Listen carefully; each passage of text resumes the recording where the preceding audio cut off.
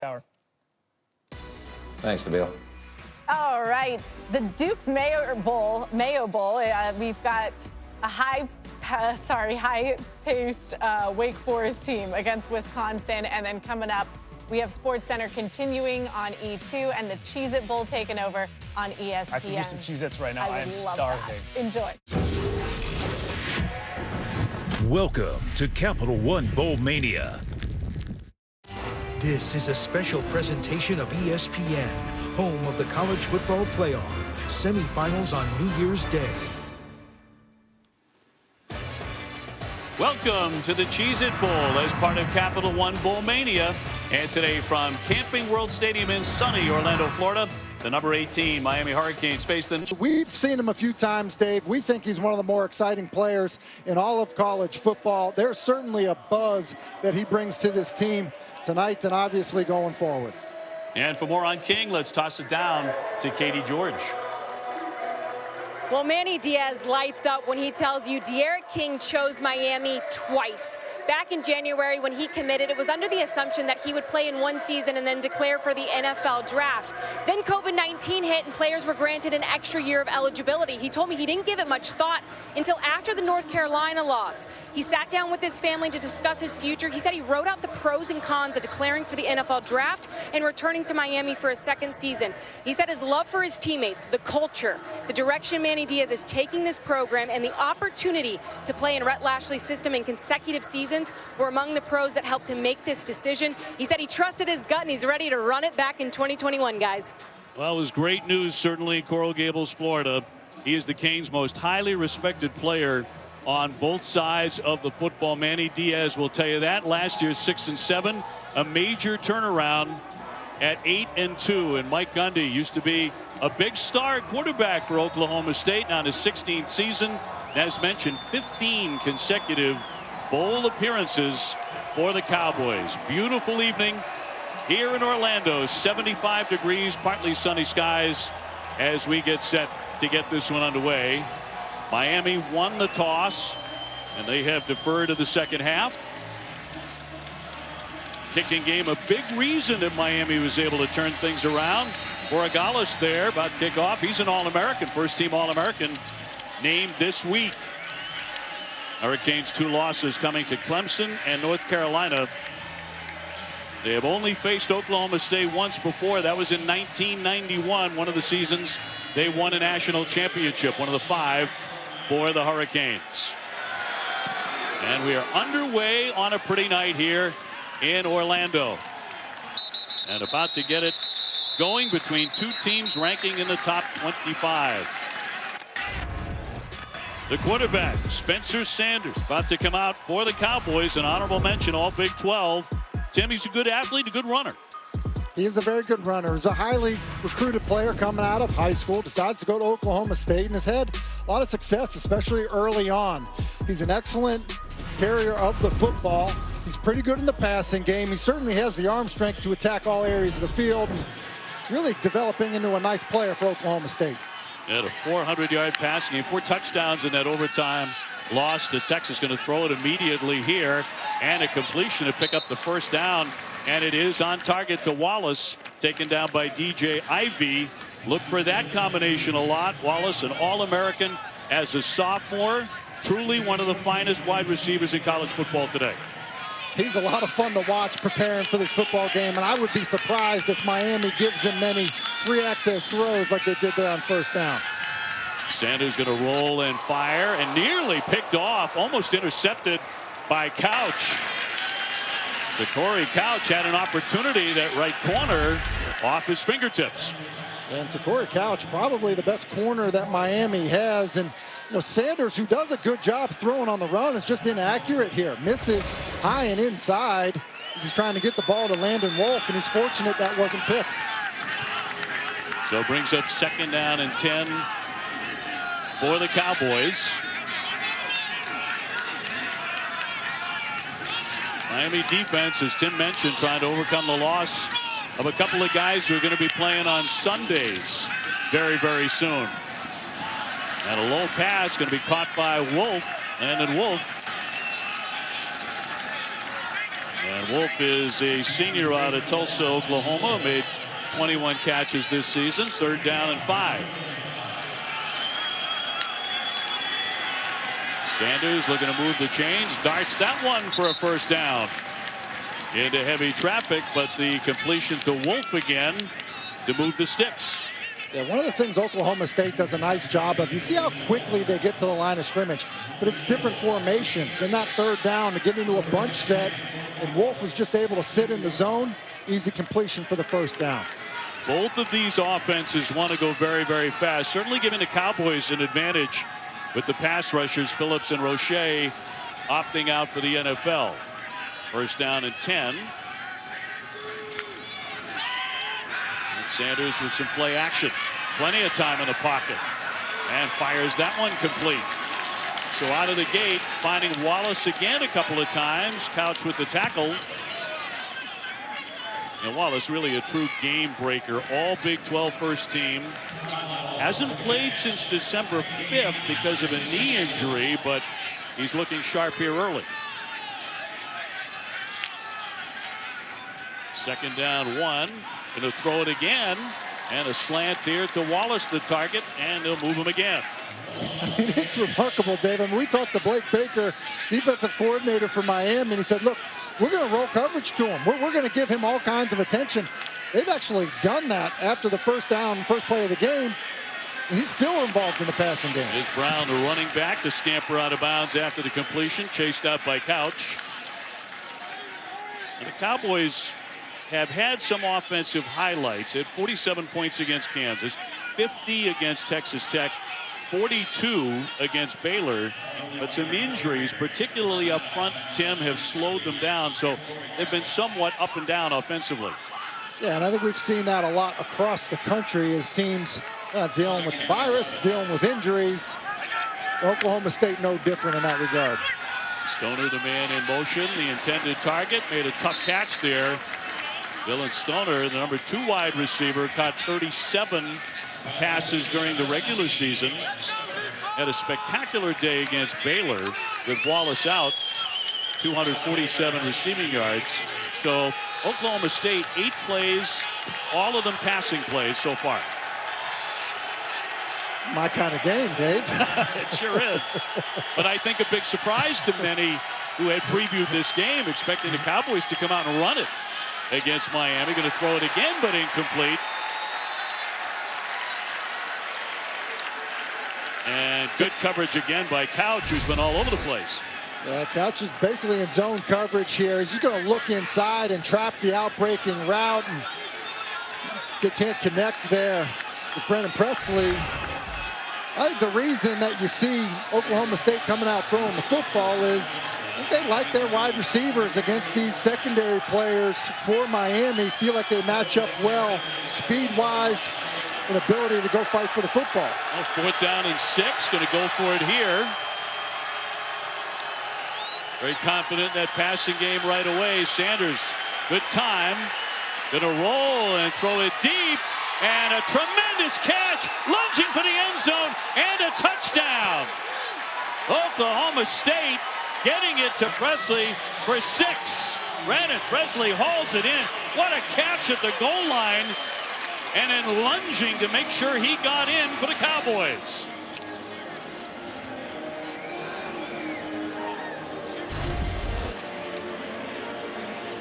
What a catch is right, Dave. You see him just comes back to the football. You know, as Sanders escaped outside the pocket, Presley kind of gets away from the coverage. Ball is a little bit underthrown, but it's an excellent job of Presley fighting back through contact to go make the catch. Well, spectacular effort there. And Oklahoma State strikes first here in the Cheez-It Bowl, 7-0. And it's Sanders just doing an excellent job escaping outside the pocket, moving to his left. And then the freshman going up and making a big-time play. College football's most prestigious fraternity welcomes a new member. The Heisman Trophy ceremony presented by Nissan, January 5th on ESPN. We love college football for so many reasons.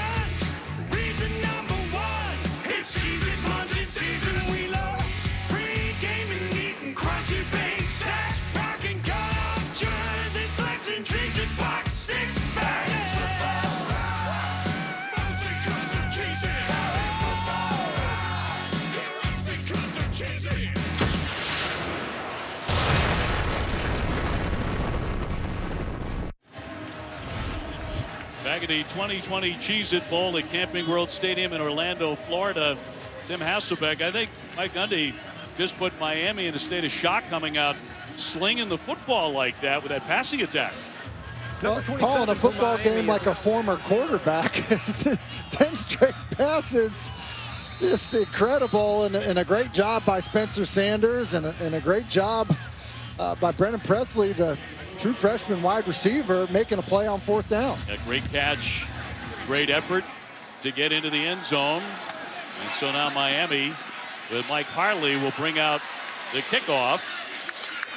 And Harley, one of the top wide receivers, certainly for De'Aaron King, senior out of Marvell, Texas, honorable mention all ACC. Also rushed for over 500 yards. He passed from almost 2,600. Timmy accounted for 26 touchdowns with his arm and legs. Yeah, he was awesome this season, and they really use him as a design runner. Even though he's not that big of a guy, he'll run between the tackles. They get him outside as well. He's good when the play breaks down as a runner. But he's also a really good passer, very accurate, and a good deep ball thrower. And he's going to run it on the first possession for the Hurricanes. King on the carry, stopped by Tyler Lacey. Oklahoma State has won 4 of its last 6 bowl games. Miami has dropped 9 of their last 10. So Manny Diaz says we got to find a way to win these bowl games, and Harris is tied up and he's taken down. Cameron Harris with the carry. Arvell Peel with the tackle to wrap him up. Yeah, and listen, Miami's got a tough challenge with this Oklahoma State defense. It's a very good group on that side of the ball. You've seen already on 1st and 2nd down here out of the fight that they will be in with this front of Oklahoma State. Lost a yard there, 3rd down and 9. He's going to wing it here for Harris. He gets free of a tackler, gets across the 30.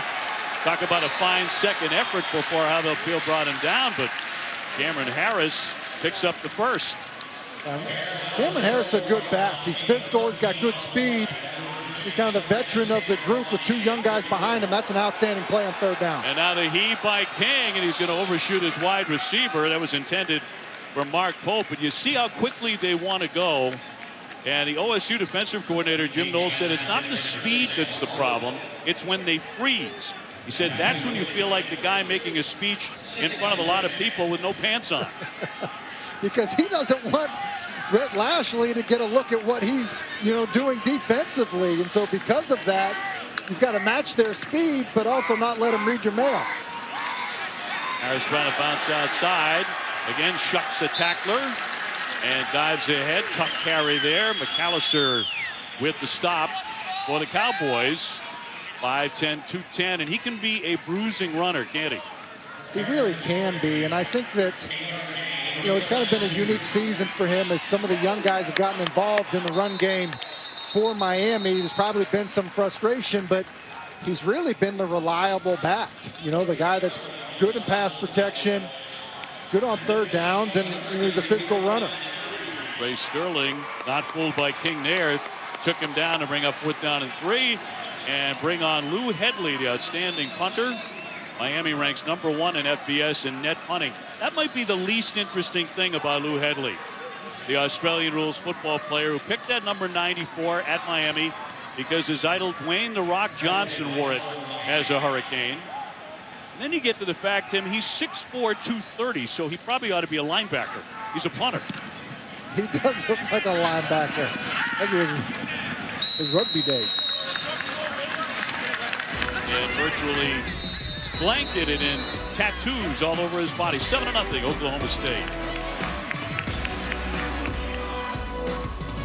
Alabama, Clemson, Ohio State, Notre Dame. The College Football Playoff semifinals, New Year's Day on ESPN. The Cheez-It Bowl, brought to you by Cheez-It. Cheesy, crunchy, bowl season satisfaction. And Duke's Mayonnaise, the only mayo with that southern something, that added oomph. Duke's, it's got twang. And here in Orlando, you see the Cheez-It wheels in the stands. Tim, this is supposed to be us. I think they nailed you here. That's pretty good. That's, in fact, it's really good. Yeah, my nickname at Syracuse. Cheez-It Wheel. First down and 10 here for the Cowboys. Sanders going to run it this time and stays on his feet as he scampers out. Spencer Sanders, injuries have been a factor in his season to an extent, and not really being on a par with his first year in Stillwater when he was named Big 12 Offensive Freshman of the Year. But in that first drive, he showed you a little bit of what he's capable of. He wants to throw from the pocket again. And complete once again, this time to Dylan Stoner. Taken down by Corey Couch again. But Stoner's a huge target as well. We mentioned a great day he had against Baylor. Very sure-handed, deceptively fast. He spent most of his career as the second option behind some great wide receivers at Oklahoma State. But he's had 3 years with 40 or more catches, just to kind of give you a sense of his production, and just really reliable, always where the quarterback is expecting him to be. He fires again and complete again. Once again, it's Wolf who breaks free to pick up the first down and into Miami territory. And part of what's happening is Tylan Wallace is drawing, some attention. You have a corner rolled up on him, a safety up high. Oklahoma State's running some of these RPOs, these run pass options, and the overhang defenders committing to stop the run, which is leading Spencer Sanders to just spit the ball outside into the flat. Now the Miami defensive coaches told us this week, we're going to try to have 2 men around him at all times, talking about Wallace. Sanders, and that one deflected as it pops up, and Wallace somehow converged on it and made the play. And so winds up going for 5. Well, sometimes it's good to be lucky and good, which is what happened here. Tips and overthrows are awful for a quarterback. He has a sail route open to his left. He's trying to throw it there as the ball's batted. It's just Wallace who's aware and comes back to the football. Nice job. And things are going well for the Cowboys in the passing game when that happens. Sanders 11 out of 13 already for over 100 yards and a touchdown to Presley. Just his second catch, by the way, this season. So made a tremendous play to get into the end zone. Sanders wants to throw short. It's Wallace again. He's going to spin around and fight for that marker. Spun around by Williams. Cam Williams, one of the guys filling in for Quincy Roche. One of the opt-outs for Miami. That's just outstanding run after the catch on a wide receiver screen that's not blocked that well. Tylan Wallace, just ability to make people miss, fall forward, pick up the first down. So 1st and 10 coming up for the Cowboys. Spencer Sanders off to a hot start for Oklahoma State here in the Cheez-It Bowl. Going to bring pressure. A handoff for Jackson. Jackson bouncing outside across the 30. And he's dragged down inside the 10-yard line by Sam Brooks. And this is controlling the tempo offensively. They just run away from the blitz. They're bringing Gilbert Frierson off of the offense's right, and they just decide to run it away from it. Nice pickup. 1st and goal for the Cowboys. Brown stacked up in the center of the line. So not much there. They'll bring up 2nd down and goal.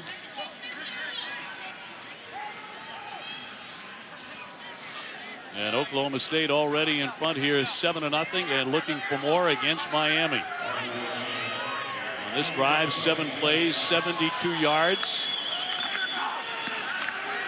Sanders looking for the end zone, but overshot. A flag down. That was intended for Landon Wolf.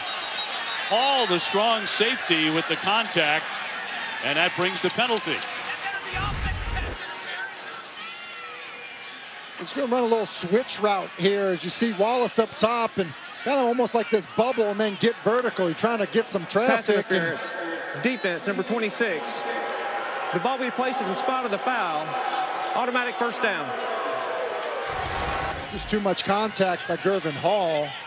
really wasn't in bad position. If you just stayed over the top and looked for the football, it might have been okay.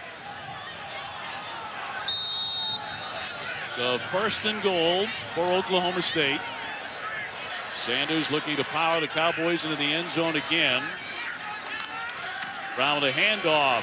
Going strong, and he's going to power his way into the end zone. Oklahoma State strikes again. L.D. Brown, the senior from Dallas, who had missed the previous 3 games, not missing this one.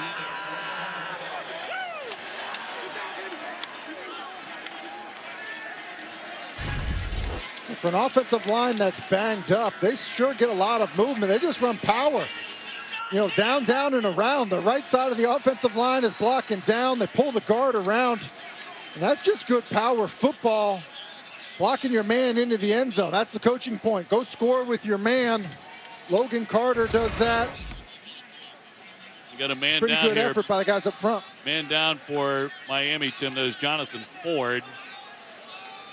The tackle, 6'5", about 320, the senior from Fort Lauderdale, injured on that play, on which the Cowboys scored again, and on the verge of going up 14-0. And now you see the ground attack coming into play for Oklahoma State. Brown, along with Jackson and Richardson, have done a great job taking over with Hubbard out. You really didn't get the feel, even though Chuba Hubbard had a fine career, he was 2nd team All Big 12. You didn't get the feeling, talking to Coach Gundy and everybody else for the Cowboys this week, that they considered that a gigantic loss because he's been missing for so long.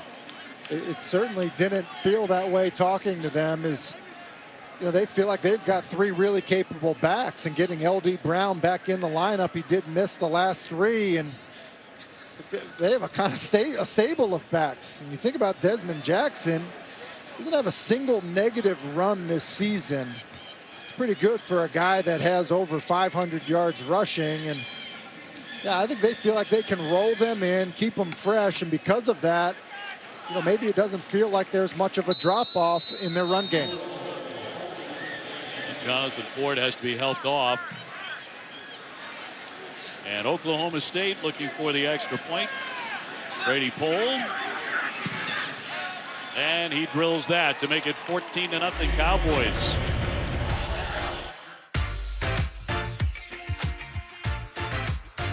It's the offense for Oklahoma State. 14-0 Cowboys.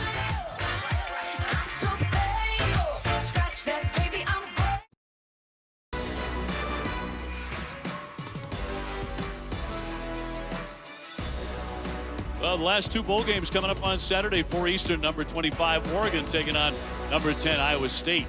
The PlayStation Fiesta Bowl. Then it's number 5 Texas A&M and number 13 North Carolina in the Capital One Orange Bowl at Hard Rock Stadium. Of course, the home of these Miami Hurricanes. They're trying to get their offense going behind King and company. North Carolina, a team that you and I covered quite a bit this season. A lot of offensive weapons have opted out.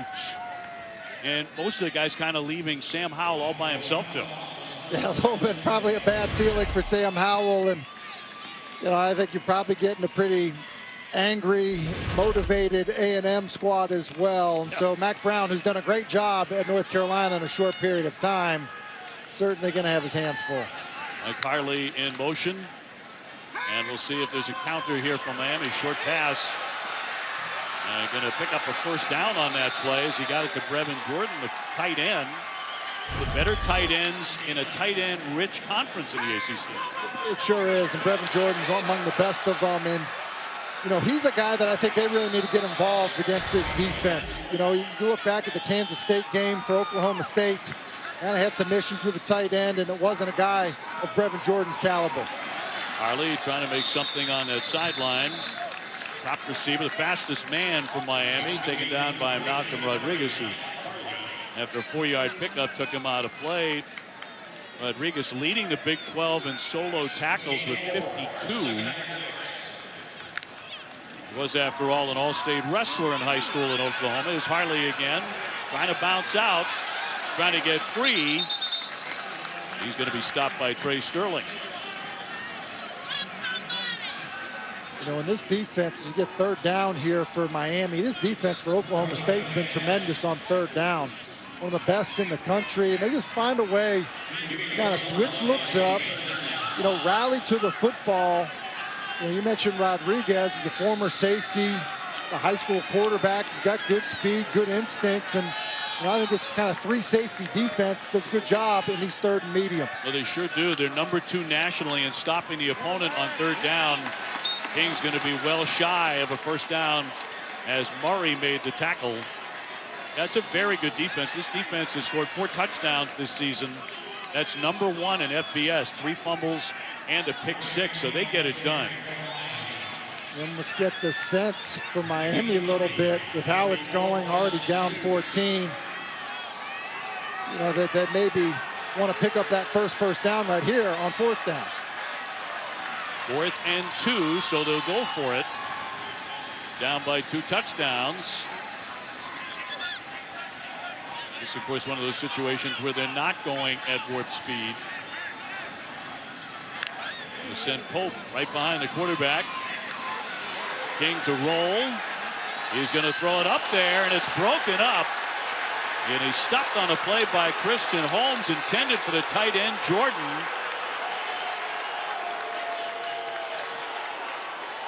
Well, I think it's the right idea by Miami. Move your quarterback who's mobile, throws well on the run. Try to get it to your big tight end, and the ball's just a little bit underthrown. And Brevin Jordan probably needs to fight back through contact a little bit better because Christian Holmes is kind of right there. And even though he doesn't look back for the football, doesn't make enough contact with Jordan for there to be a pass interference call. King thought otherwise, sees, yeah, well, he sees it differently, and I understand that. It is close, but to me, and look, I generally favor the offense. Not enough contact there for a flag. Big stop by that Oklahoma State defense. Right off the back of the helmet of Holmes. So 1st and 10, I'll tell you, Manny Diaz was livid that there was no interference penalty. Take a look at this. Yeah, I mean, I think that classifies as livid when you're throwing your call sheet and your headset down. I just think Brevin Jordan needs to kind of put his foot in the ground and make it an easy call for the official rather than fading away to the football. Ball's in the air. Who cares what your route was? You don't have to continue to the corner. Fight back to the football through contact, and you'll get the call. 2nd down 10. Completed pass to Stoner, who took a hit. We talked about the guys that he's been playing behind in his career and waiting his turn to have, you know, big games like he had against Baylor.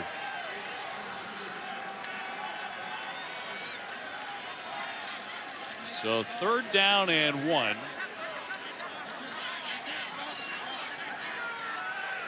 And Richardson now one of the 2 running backs.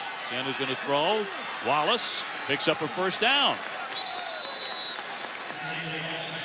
Miami's not lined up right. 3rd and 1. They're thinking about stopping the run. They forget to cover Tylan Wallace, and it's a great job of Spencer Sanders of seeing it, just raising up and throwing the football out there to pick up the 1st down. Nice job of playing quarterback, being aware. Look at this for the Cowboys. Already 163 yards of offense. Moving the football. Richardson with the carry. True freshman who exploded in the season finale at Baylor for 169 yards and 3 touchdowns. That was 2nd at OSU for a freshman, only to the great Thurman Thomas, who went for 206 yards in 1984 against K-State.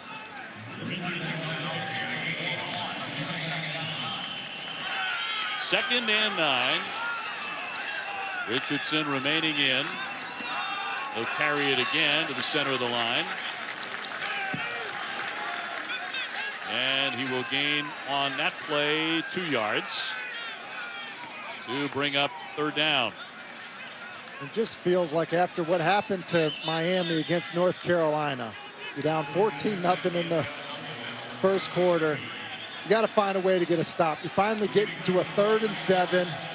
And that should favor the defense. Find a way to get off the field if you're Miami.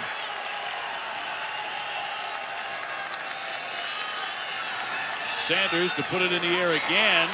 And another completed pass to Presley. And he's in the open field, heading for the end zone. He is in for another touchdown.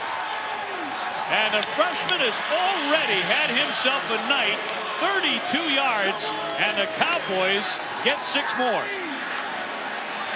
Had himself a night is right. Did 1 catch on the season. He's got 2 tonight, and they're both for touchdowns. Does a good job sitting at the zone here. Ball's right on him. Excellent throw and good timing. And then how about the speed in space? I guess you have to be if you're 5'8", 165. A good job of getting the football in your hands, securing it, and then getting up the field. Presley already with 2 touchdown catches, and both of them really have been spectacular. 21-0 Oklahoma State here in the Cheez-It Bowl. Yeah, spectacular is right. He's in the slot here, inside, and Stoner outside down the bottom of your screen. And he's just going to sit in the hole of this zone coverage, basically cover 2 to his side, sits down between the corner and the linebacker, and then once the ball was in his hands, how about the giddy up? Just awareness in the open field. It's hard to believe that he had 1 catch on the season. He's got 2 tonight, both for scores. Well, it really looks like Miami wasn't prepared for any of this. They weren't ready for Presley. Certainly, you have every reason to think that Tylan Wallace is the guy you better cover with more than 1 guy. 2nd career touchdown for Presley, both of them in this game. As Tim mentioned, he had 1 catch this season. But he's having a tremendous bowl game. So Miami in deep trouble right away. Here's Harley trying to bring it out. He's following a blocker. He's getting across the 40-yard line, and a big carry back on the return, although a flag is down. And Miami needed a jolt. Let's see what the penalty is here. 21-0 Cowboys. And inside the last minute of play here in the first quarter. During the return, blocking the back receiving team, number 7. 10-yard penalty from the spot of the foul. First down. So it was a 41-yard return, but the penalty. And they're calling it on Xavier Restrepo, and man. I mean, I guess, to me, that's a rough one. It's basically the kicker turning his back, trying to rally to the football, and Restrepo actually tries to avoid him. And I guess you can understand what the official sees, but I don't like that call. Jordan, tight end, trying for that marker, and got it. Eventually stopped by Trey Sterling, but Brevin Jordan, as mentioned, 2nd team All-ACC in a conference loaded with tight ends, led by BC's Hunter Long and Duke's Noah Gray, Tony Poljan of Virginia, among a long list. Going to fire it back to the quarterback, King. And King on a trick play is loose across the 40-yard line. So the double pass and 15 yards for that game. Well, it is bowl season, Dave, so that does mean you got to get some trick plays. Miami gets into an unbalance, spit it out like it's a little bubble or perimeter throw, and would not be surprised if they have something more down the field off of that same look. First down 10. D. Wiggins in motion. King time in the pocket. He's going to fire that one, and a completed pass. He got it to Chaney for the first down to end the first quarter. So Miami, some much needed momentum, because that first quarter was all Cowboys, Tim. That is the end of the first quarter.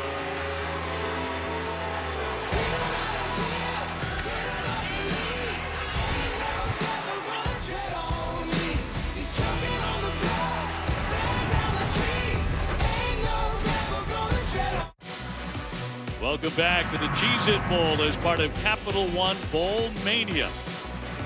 Central Florida, Orlando all dressed up for the holidays. Oklahoma State, the Cowboys off to a tremendous start, a 21-0 lead on the Miami Hurricanes. Dave O'Brien along Tim Hasselbeck, Katie George there in Orlando. And this one feels very big from Miami. The scamper by King.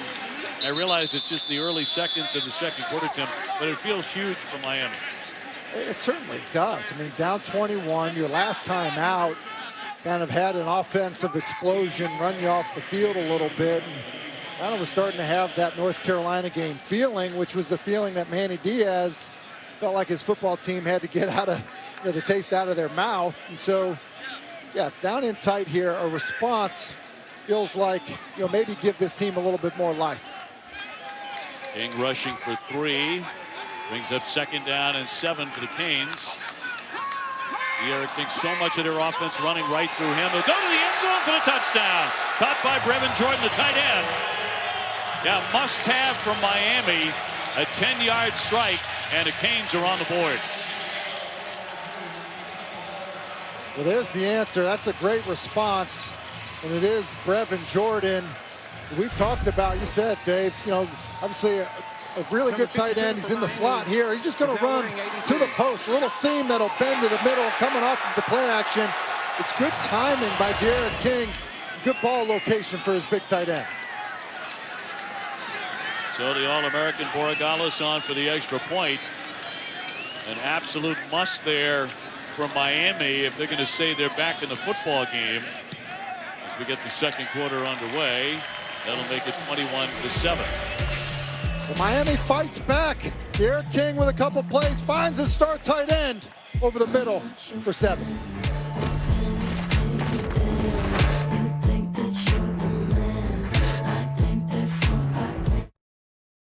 The Cheez-It Bowl, brought to you by Cheez-It.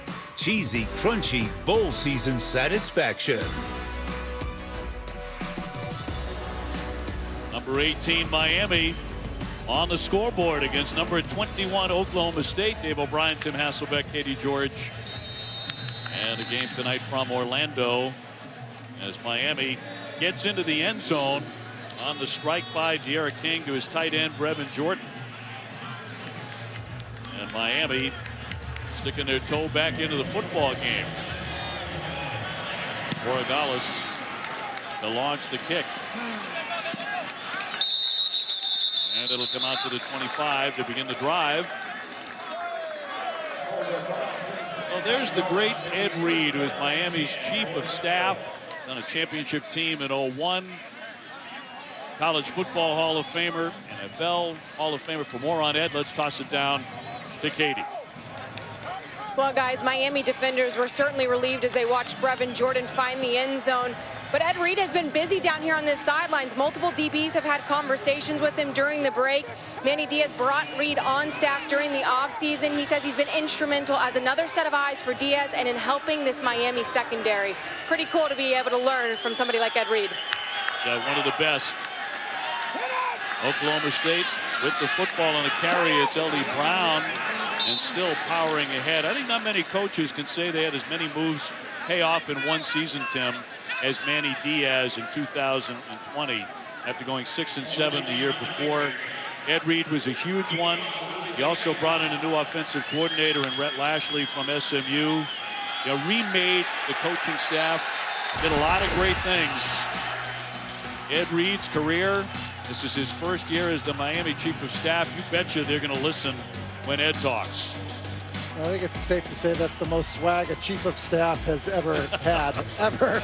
I mean, you're right, though, in all seriousness about the hires. Certainly Ed Reed, and he's a great player, but I think he's just got a great sense of the locker room. That's what Manny loves about Ed Reed, and clearly the influence of Rhett Lashley and how they've done in the transfer situation with D'Eriq King. Manny Diaz did a lot of things right with hires and who he brought into this program.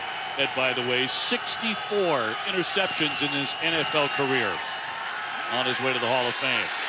Sanders to roll and fire short, and another completion. It's Stoner again. We talked about the guys that he's played behind in his career, along, Pittsburgh Steeler James Washington, who won the Biletnikoff Award, and Tylan Wallace, a finalist for the Biletnikoff Award. When are you going to get your chance? And I think that he's been patient. He's been unselfish. He's been a versatile player so that when other guys have been the one, he can be the complementary guy that plays inside, can play outside, all of that. And He's had a really nice career, and I think he's enjoying some of the success this season. Brown on the carry, finds some room to romp. Gets across the 50, picking up a first down for the Cowboys. We talked about Stoner having a couple of great days in his career, but I mean, they just seem to churn out the sensational wide receivers for the Cowboys. They really have a history of wide receivers at this school and quarterbacks, and here you go. Another trick play, and this one winds up in the hands of Sanders to the 50-yard line, and out he goes. As you said, bowl season, it's the time for trickery and deceit. It is. You want guys to have fun. They're looking over the sideline. What play are we going to run? Nope. Direct snap to the running back. Ball touches 3 players' hands, and it's actually a really good decision by Spencer Sanders because it wasn't there. Miami was in position just to pick up a few yards and get out of bounds. 2nd and 7. Gonna look to throw again. He wins that one. It's Presley who's been his favorite target tonight. He goes tumbling ahead for another first. Couch with the stop and an 18-yard gain. Yeah, it's kind of remarkable. Does a good job of moving in the pocket, and Presley all of a sudden is this emerging threat in the passing game for Oklahoma State. Another catch. He gets by another tackler before they shove him. Did he step out? Couch able to shove him. And picking up another first. Well, I mean, you just look at his quickness. Are you kidding me? That is, I mean, that's a crossover. You can't believe right there. Foot in the ground. And Brian Balam, who's pursuing to the sideline, barely gets a hand on him. You get a sense of his quickness with the ball in his hands. Pretty remarkable that it's the bowl game that's his coming out party. Well, picked up 14 there, and he almost stayed on his feet all the way to the end zone.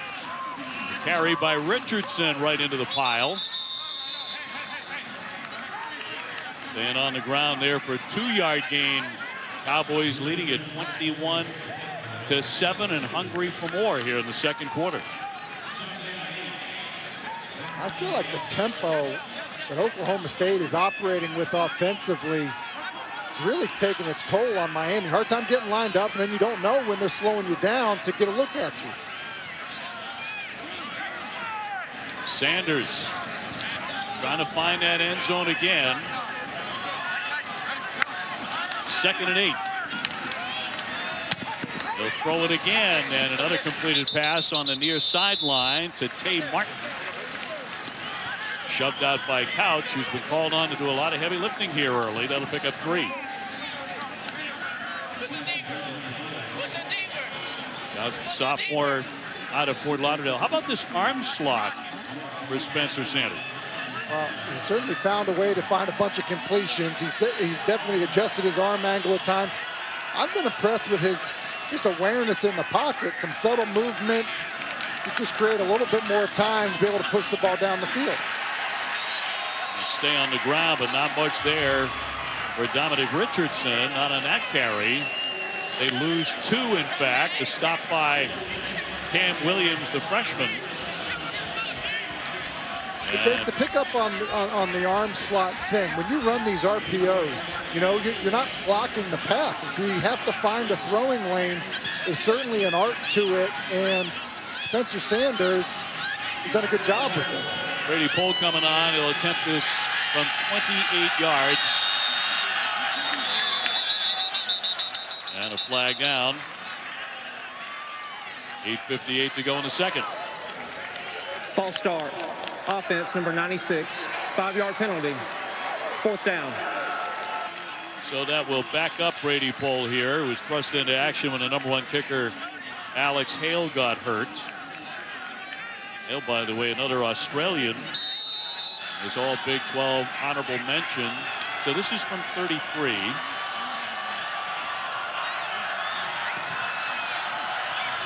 For the freshman from Kansas City, Kansas. He's going to fire that one up, and that is going to be no good. So he missed it, and Manny Diaz, a happy man at the moment despite the score. Oklahoma State is denied. They cannot add to their total. See if that swings some momentum for Miami.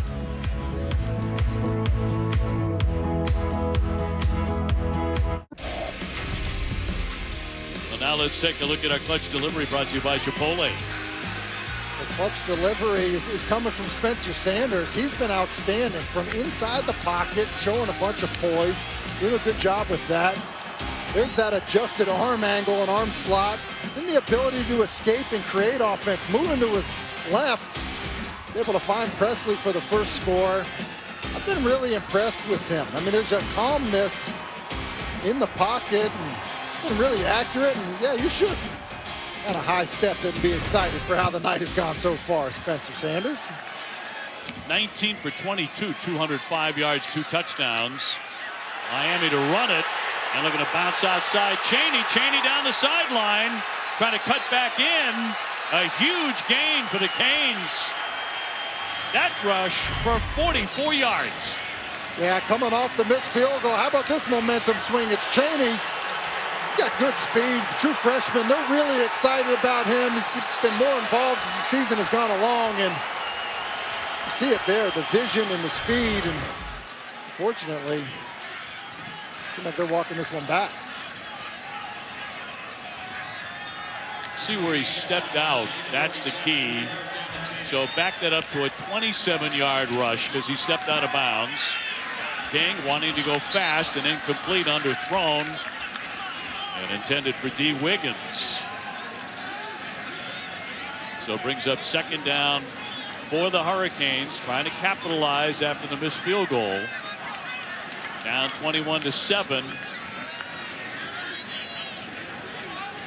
Here in the Cheez-It Bowl in Orlando. De'Ara King had some game against NC State. 430 yards. 5 touchdown passes, and they're going to stop him. Nothing doing there as Brock Martin saw that one coming and tied up King. Yeah, when you look at what you want to do against quarterback runs, you have to be active and twist. You see that little stunt there to bring Brock Martin inside. You know, to a quarterback, it looks like a running lane, but here comes a defensive lineman wrapping around. That's a nice play call by Jim Knowles, the defensive coordinator, to have that stunt in there and basically entice De'Ara King to run, and then Brock Martin there for the tackle. 3rd and long here for the Canes.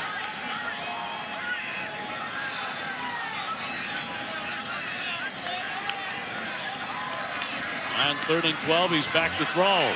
Going to throw it long. It's going to be incomplete. There's a flag down. He wanted Mike Harley, his #1 target, who caught 49 passes this season, but a flag on the play. And Harley already celebrating. Pass interference, defense number 31. The ball we placed at the spot of the foul, automatic first down. It's Harvell Peel, who basically just, you know, kind of overplays it and gets flat-footed, and Harley's running full speed, reaches out and grabs him. Clearly a penalty, and a pretty big break for Miami on 3rd and long. Harvell Peel, one of the top men in the secondary with a couple of interceptions, but was 3rd and 12. Now on 1st and 10, Harris going to try and cut back inside, so penalty could be very, very big indeed. Trey Sterling with the stop. Defense has been such a big factor for the Cowboys all season long. And looking for another stop here. 2nd down and 9. Miami now with 139 total yards. Of course, most of the Cowboys have come in the air.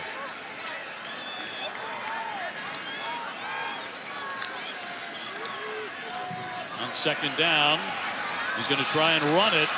Then it's going to extend him out. Chased out by Christian Holmes. And King with very little room to operate there. He's going to gain 5. And I think here, when you look at what Miami likes to do in these situations, it's probably get a look at the defense. Don't be surprised to see a double count so that Rhett Lashley can get a sense of what Oklahoma State is doing defensively to get to the call he wants.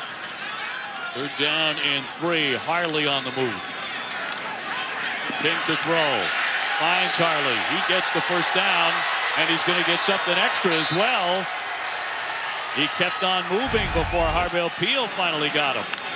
Nice job here. You run Harley, basically a little bit of a stacked release, and that traffic there is what gets Harley so wide open.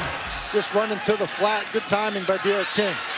It's super tempo again as Harley pulls ahead, and just shy of the 1st down marker, he steps out. And Miami getting fired up here. There's a flag down. 5:34 to go before halftime. Ed Lashley as well. Talk about the offensive coordinator for Miami maybe moving on as a head coach. Illegal substitution. Defense. 12 players on the field. That penalty is declined. 2nd down.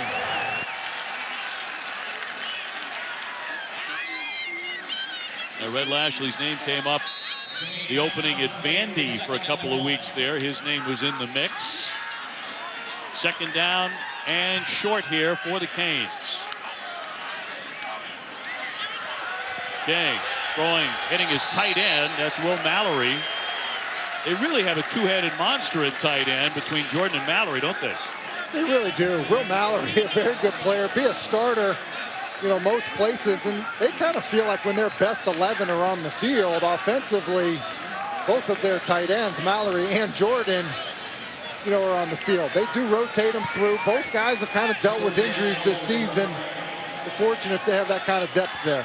Good drive here, and it continues 1st and goal for the Hurricanes. King to keep it, looking for the end zone. Touchdown, Miami.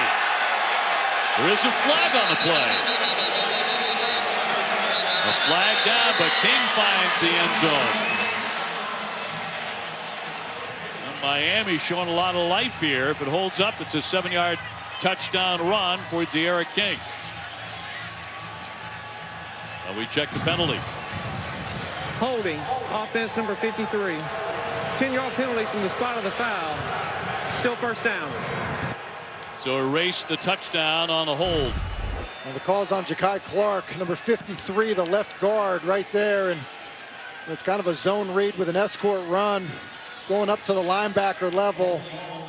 And he just reaches out and grabs Rodriguez. And I'm not sure he even needed to do it, Dave. You know, Rodriguez is a good player, but with Derek King's speed, and he just takes a bad angle and probably would have been better off just letting him go. So the Canes set up again. And from the 15-yard line. Down 21-7 here in the Cheez-It Bowl. And a timeout. Timeout, Miami. The 1st of the half.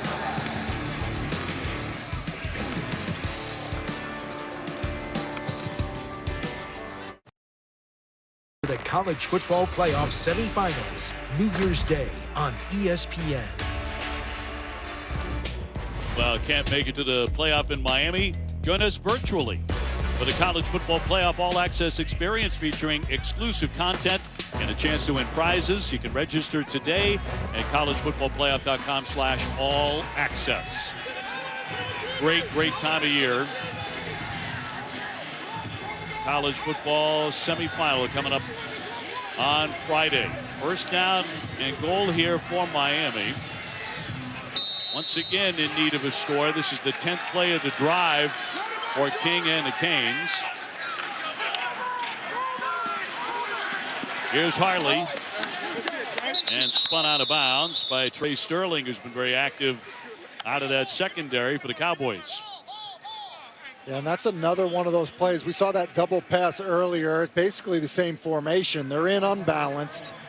You know, they run Harley in motion to the unbalanced side, throw the ball laterally so he would have the option to throw it. And wouldn't be surprised if Miami was just setting something up there on 1st down. King in a scamper on the move. A flag drops. And he is upended around the 10-yard line. Again, it's Sterling, and he is down. D'Eriq King kind of clutching at that knee as he took a shot. This is something they have not had to worry about this season for the transfer from Houston. He's really been an Iron Man, but he is down with 4:06 to go in the half. D'Eriq King upended, went airborne, and there's the reaction from the Miami sideline as the trainers attend to him. Defense, 0. Half the distance to the goal from the end of the run. Replay, second down. A hold on Christian Holmes, but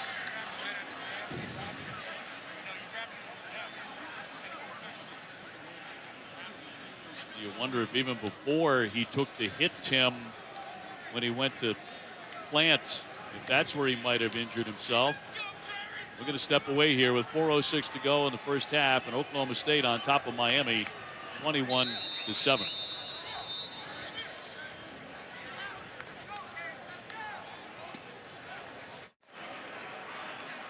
Well, with Miami fans chanting his name, D'Eriq King, star quarterback for the Canes, goes right to the tent. Take a look at this play where he was hurt, Tim. Yeah, and you don't know if it's on that cut right there with his right leg or when there's contact with the knee from Trey Sterling.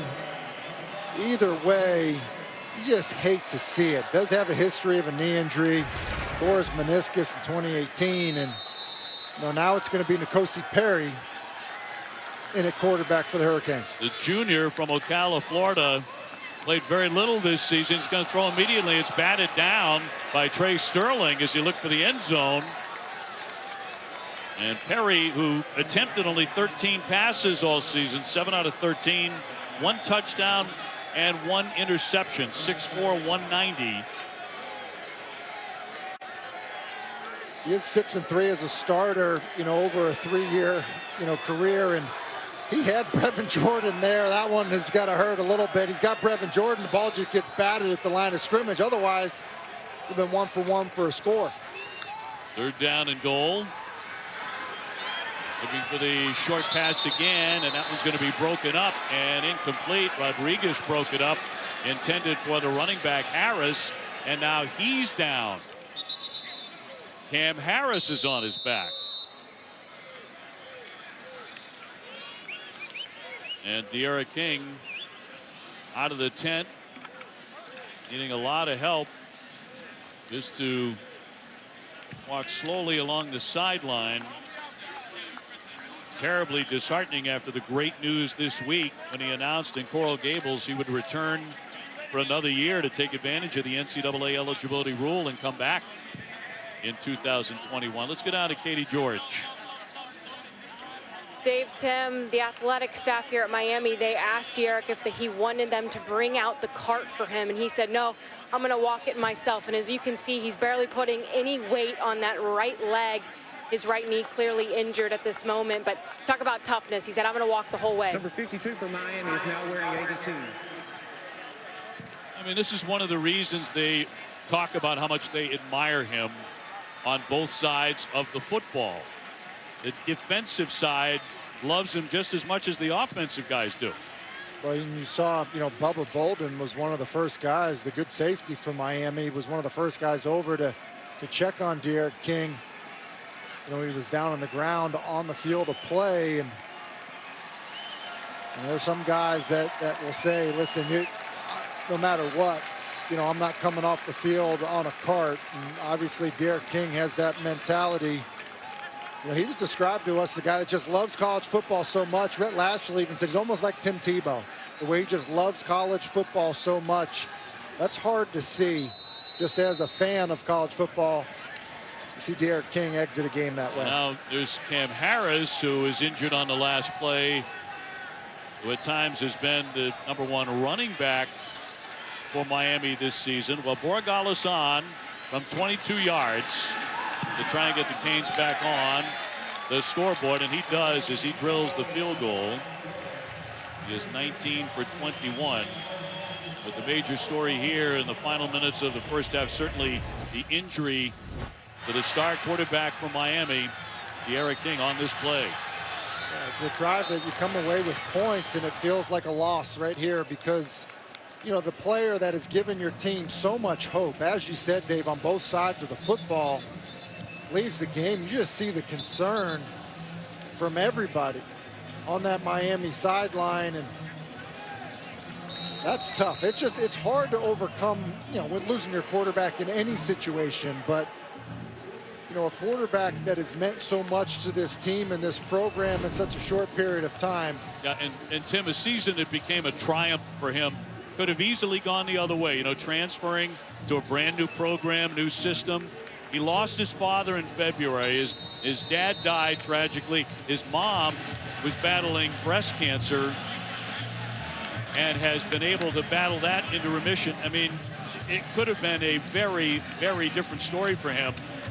He wound up having a triumph of a season, coming to Miami, and the great news he was returning, but now has to hobble off to the locker room here in the Cheez-It Bowl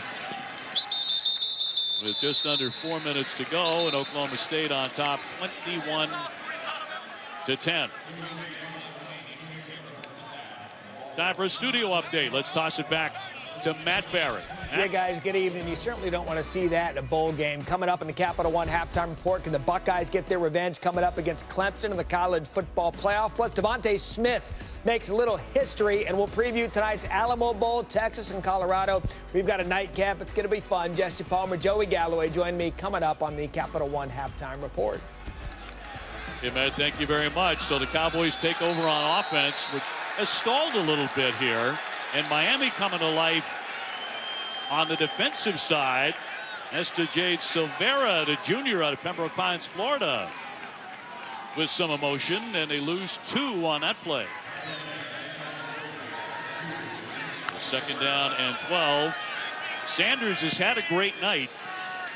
Spencer Sanders, a Cowboy quarterback, came out firing.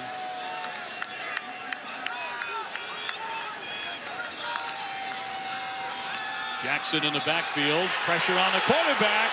The football is loose, and Oklahoma State comes away with it. Harvey coming off that end spot and brought some serious heat.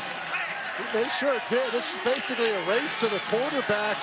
Bring some pressure. It's Jafari Harvey who's filling in for Jalen Phillips, and they feel like he's got natural pass rush speed, does a good job of dipping that shoulder, getting low and getting to the quarterback. And Oklahoma State fortunate that Logan Carter was there to fall on the football.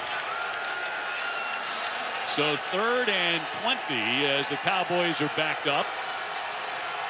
28 sacks, number 16 in FBS this season for Miami. On the run, it's Richardson, I should say Jackson as a hole opens up for Des Jackson. Urban Hall with the tackle. That'll gain 5.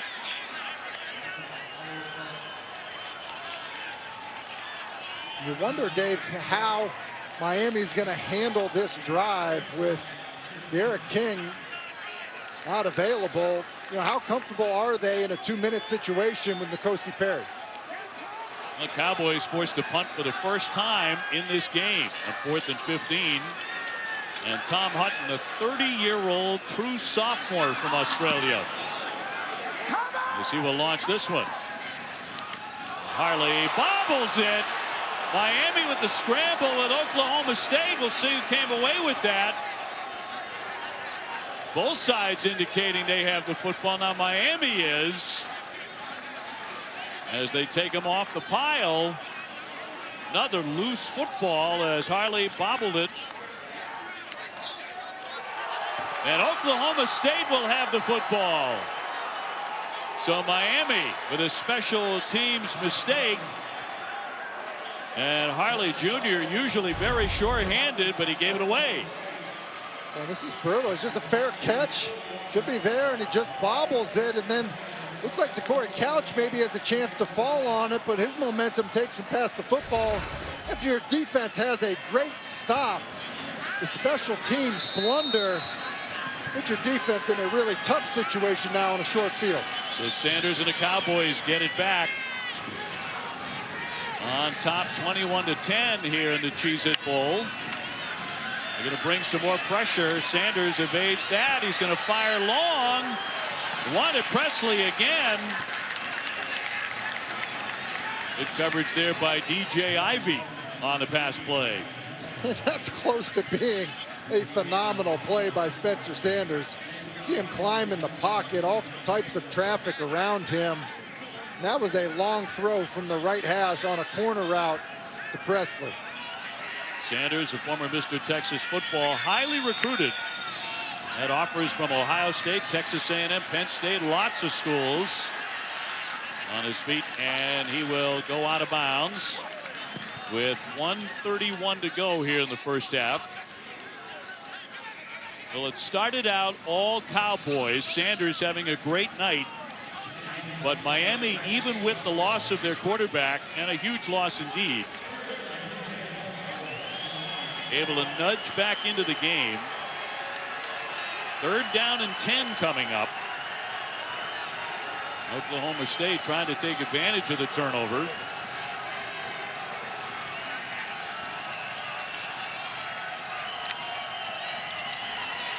Sanders looking downfield, and the fire incomplete. He has not had many of those tonight, that's for sure. And he was looking for Tylan Wallace, and basically there was a rotation to Wallace. They essentially doubled him. It almost looks like Spencer Sanders is saying to Wallace, like, hey, I thought you were doing something else. A little bit of a miscommunication. That's why he had to throw the football away. Well, Miami with back-to-back defensive stands. And this time it's Gervin Hall back to receive the punt for the Hurricanes.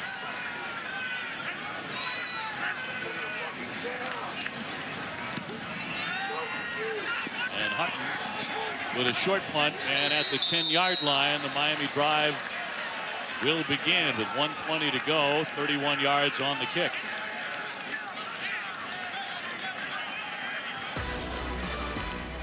Well, coming up tomorrow, the Duke's Mayo Bowl. Wake Forest taking on Wisconsin.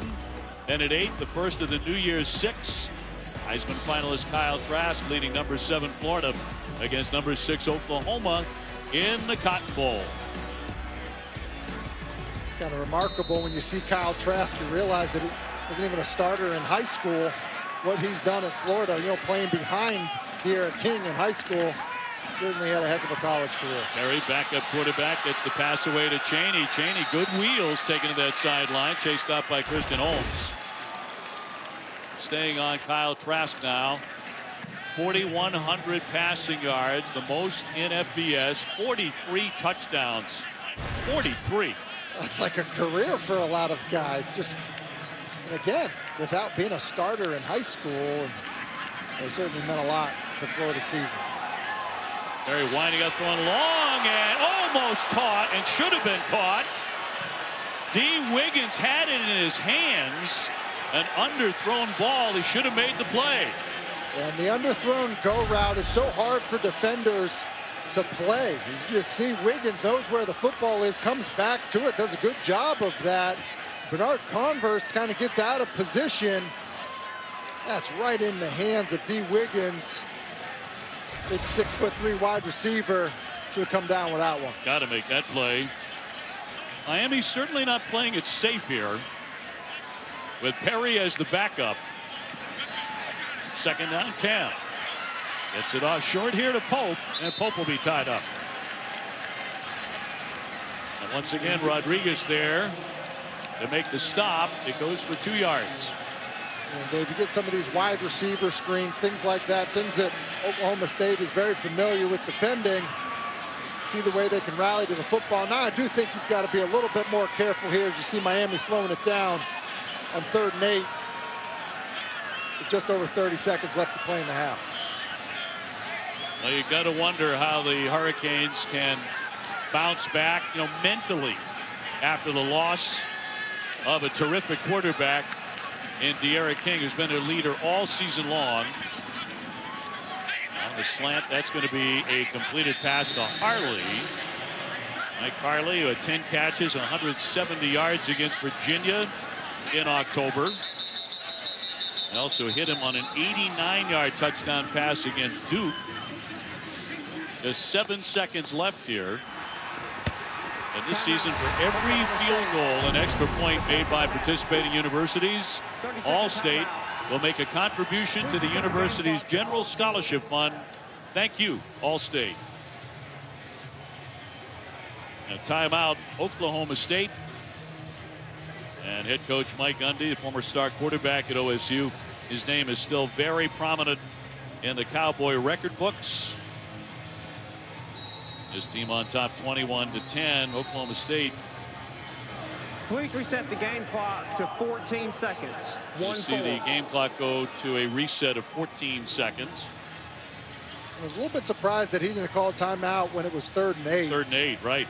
You know, and you saw Miami slowing it down. Obviously would have given yourself a little bit more of a chance. Clearly call one here to force Miami to punt, but thought he maybe would have been a little bit more aggressive, especially with Miami getting the ball to start the second half. And Headley will punt this one, and it's going to bounce on out of bounds.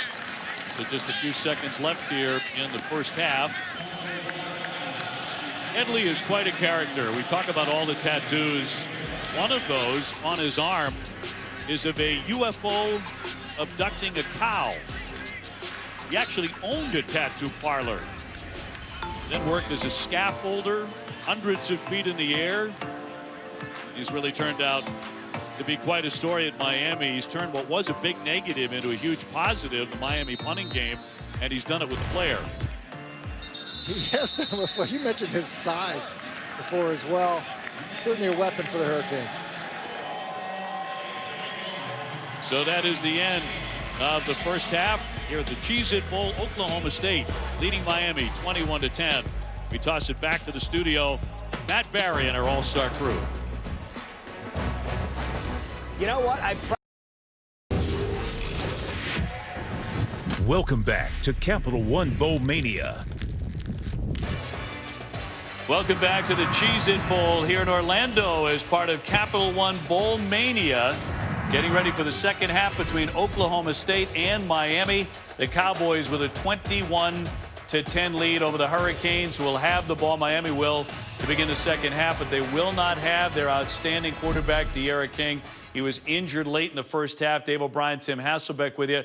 What a tremendous blow from Miami. And, you know, given everything that's happened with the players opting out all over the country, Tim, this is a guy who elected to stay. He announced he was returning next year. It was great news there in Coral Gables. And then this injury in the final minutes of the first half.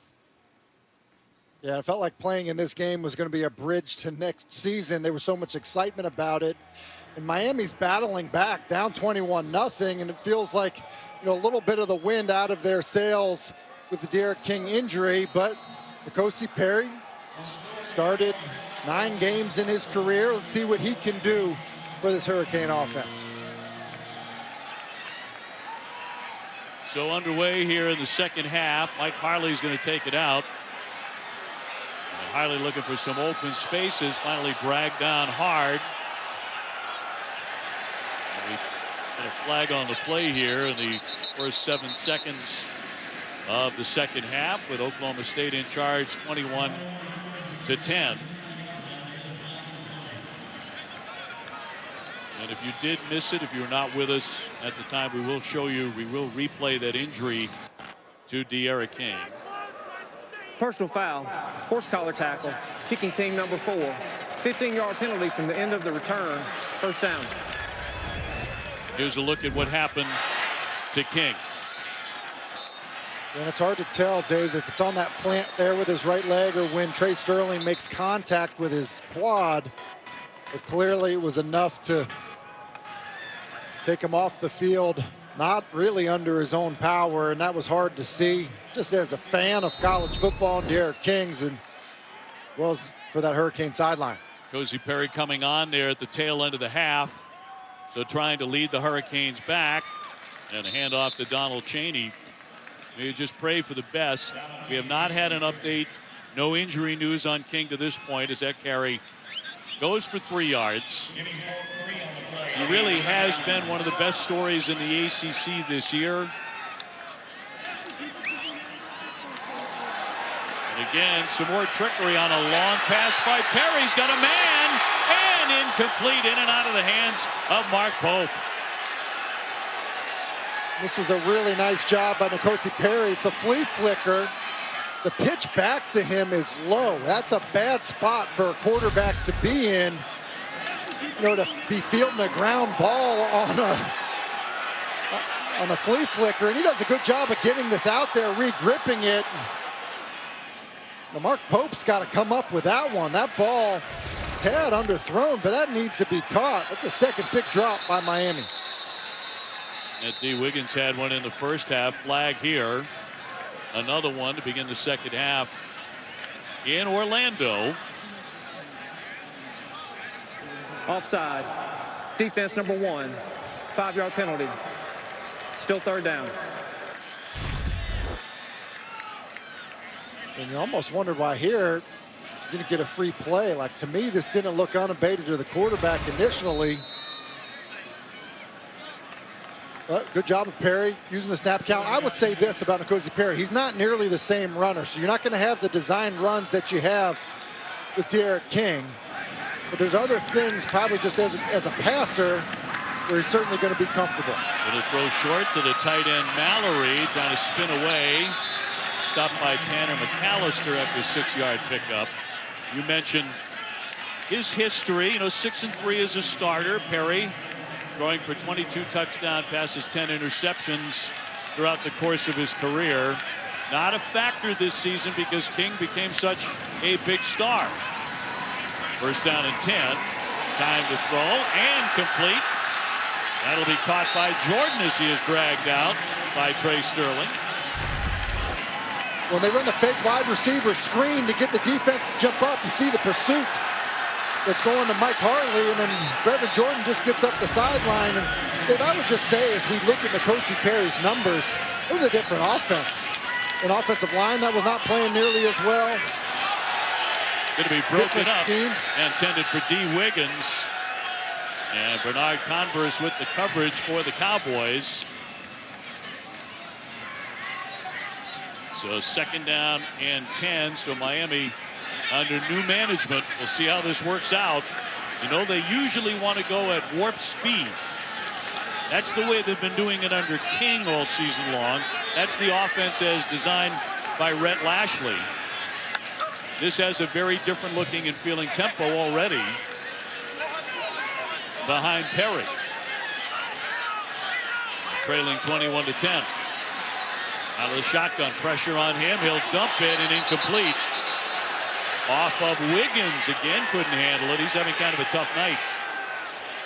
This is a brutal drop because it is blitz zero. Rhett Lashley sees it pre-snap, and they're going to get to a wide receiver screen. If Wiggins will catch it, they've got a hat for a hat, and that's going to be a touchdown. That's the third brutal drop. That's a great play call in that situation by Rhett Lashley. Wide receivers for the Hurricanes are not helping Perry. At least not yet. Third down and 10. The backup trying to fashion a drive here right off the bat in the second half for the Hurricanes. He will throw, and that's going to be out of bounds. The catch by Keyshawn Smith, who can really fly. A freshman they love, but incomplete. And because it's into the boundary, they just run out of room. It's the right place with the football. And, you know, Keyshawn Smith wins. He just ran out of real estate with where N'Kosi Perry put that football. So Borregales on to attempt one from 40 yards. One of the best in college football, first team All-American this year. And that kick is up, and that kick is perfect. Miami scores first to begin the second half, 21-13, Cowboys.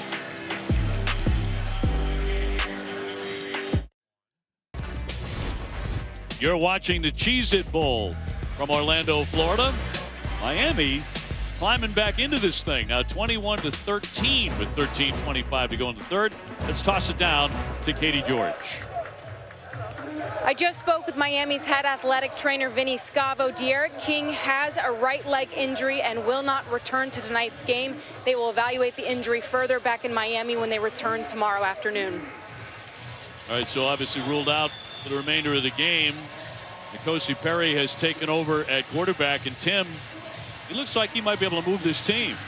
Yeah, I feel like I've seen enough to have the confidence, and it seems like they do as well. Calling a flea flicker, doing a good job, passing the ball, and really should have had a touchdown pass if the screen wasn't dropped. So, yeah, I think that, you don't have to look at this offensively as, an inability to move the football without D'Eriq King. On the goal line, here's Presley, who's had a big night catching passes. He's been sensational, a couple of touchdowns. Well, New Year's Day at noon Eastern on ESPN and the app. The Peach Bowl starts a huge college football Friday.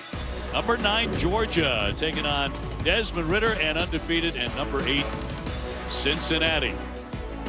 How about the job Luke Fickell has done at Cincinnati? I mean, Cincinnati playing Georgia in a bowl game, just the job that he has done. And he's been one of those coaches that every year the NFL is going to have interest, as well as other schools in college football. That's been really impressive. And meanwhile, the Cowboy offense has stalled a little bit here after a really hot start. Spencer Sanders now giving this one off for Jackson, and Jackson will be chased for a loss by Jade Silvera. That's going to lose 4 yards. And, Manny Diaz said it, around halftime. He basically was excited about how his defense has responded in some sudden change situations. Done a good job after a slow start. And Sanders going to be dragged down by Bradley Jennings. No place to hide for the Cowboy quarterback. And they come after him. You see a little late getting lined up, and Bradley Jennings just fires his gun. He's able to get to Spencer Sanders and get him down. Junior out of Jacksonville, Florida on the attack. Miami with 2 sacks. 3rd and 23. Cowboys continue to back up here. Miami grabbing momentum and doing it with the defense. Sanders going to run it. And down he goes. He's looking at his hand.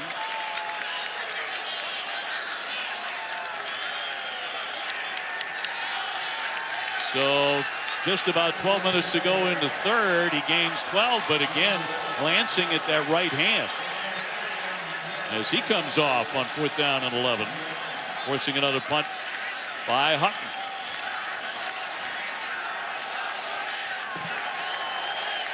So we'll see if that hand will be something of a factor injury-wise for Sanders moving forward tonight. On the punt, Harley back in. This one he hangs on to. He had bobbled one and fumbled it away earlier. Flag down here, but you can see the blood on that right hand of Spencer Sanders. He just had a very quick 3 and out. 47-yard punt. 11:41 remaining in the third. And Miami with the football back in a conversation here. See what the flag is for. During the kick, personal foul, blindside block, number 7 receiving team. 15-yard penalty from the end of the kick. First down. Personal foul. We look at the Sanders injury as we go to break. Will this linger? We've already seen a Miami star quarterback King knocked out of the game. We're in the third quarter here at the Cheez-It Bowl in Orlando.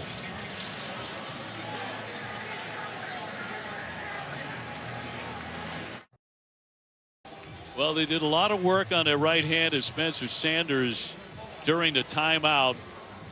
And Tim, looks like he may have gotten stepped on. Yeah, listen, as a quarterback, your feet get stepped on quite a bit, but it's Harrison Hunter, 81. Watch him as he's pursuing to the quarterback right there. Yep.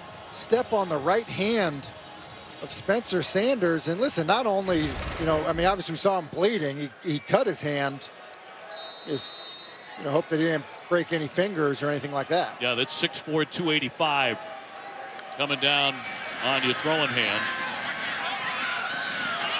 That's going to be a completed pass out to Mark Pope, who lunges ahead, picks up a first down, and a 12-yard gain. Let's get down to Katie.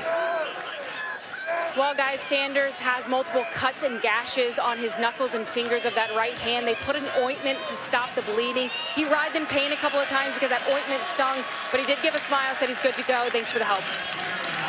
All right, Katie, thank you very much. So you know, Dave, quarterbacks are tough. I don't know if you knew that. Yeah. Really tough. Some of them are very tough. You had that reputation. Old Ironsides. It's a long throw, and the play is going to be broken up. Intended receiver, Mike Harley. And a good job by Tanner McAllister. Another man down, this time for the Cowboys. That is going to be Brendan Evers.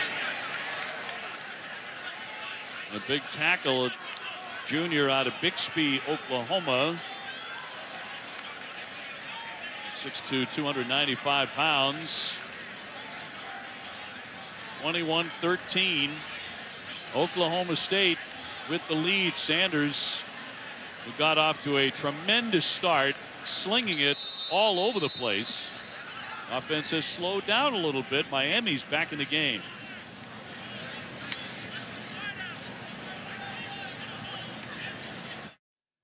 Coming up next on ESPN and the app, number 20 Texas taking on Colorado in the Valero Alamo Bowl. So more college football to come. And of course on Friday, college football playoffs, national semifinals at 4 o'clock.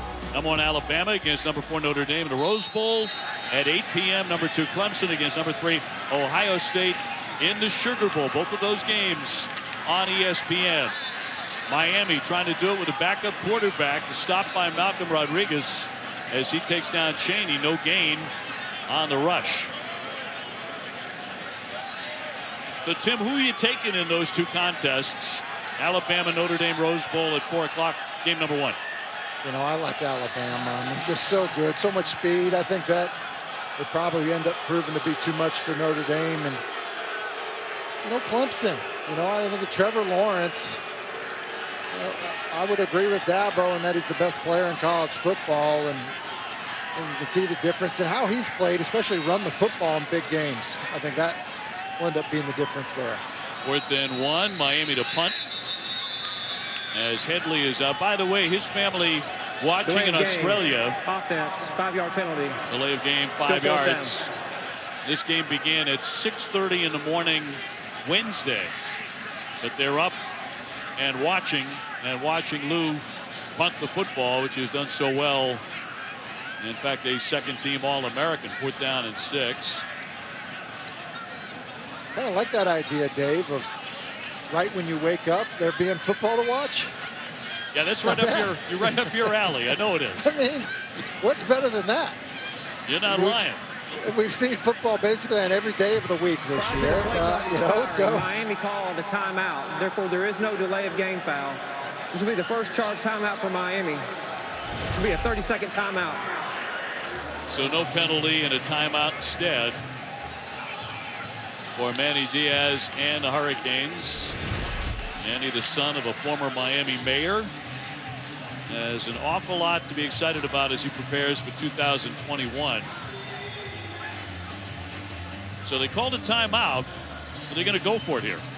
Yeah, you know, I almost think, like, if you're not, it was a silly timeout, because, you know, the way your defense is playing, if you weren't going for it on 4th down,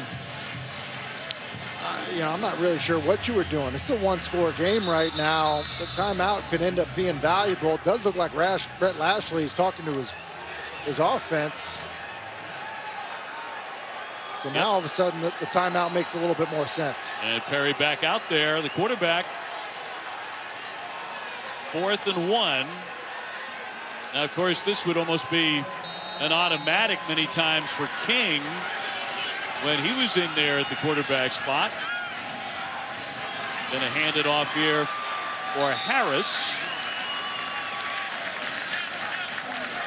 And Harris churning ahead for a 1st down for the Hurricanes. That was close, but you see why Harris is their short yardage runner, and all of a sudden Manny Diaz, you know, paying off that timeout, keeping this drive alive. Miami with 13 unanswered points after falling behind 21-zip. Hand off to Harley, and he's sprinting ahead, and he'll pick up another first down. They hand off to the senior wide receiver from Fort Lauderdale, who has scored 6 touchdowns this season, a first down. And you can see how the run game looks different with N'Kosi Perry at quarterback. You know, rarely do they do that with Harley when King can be the runner, but just trying to get more speed in the backfield is why they bring Harley in as a ball carrier. Miami on the move. Perry will step up. He's going to run it before they drag him down from behind, stopped by Brock Martin. But he will pick up 4 yards on that carry. Brett Lashley, his first year as the offensive coordinator for Miami. He's really been one of the major success stories for this program this season. Here comes Harris. He's free across the 20, cutting to the sideline. He is in for a touchdown. Cam Harris for the score. A 42-yard touchdown rumble. And here come the Canes. 21-19 as they keep on coming at the Cowboys. Well, it's just split zone. They bring the tight end across the formation and just finds a crease. And Cam Harris, who I mentioned before, is a powerful back, but he's got excellent speed as well. And that's a good job in the open field. And how about the Miami Hurricanes fighting back and doing it with their backup quarterback, now going for 2 to try to tie this one up. Harris had not been a big factor until that scintillating run for the touchdown. Tight end trying to move forward. He broke the tackle, diving for the end zone, and a 2-point conversion. So Miami all the way back from 21-0 down, and on the conversion, they tied the game at 21. Brevin Jordan with the score.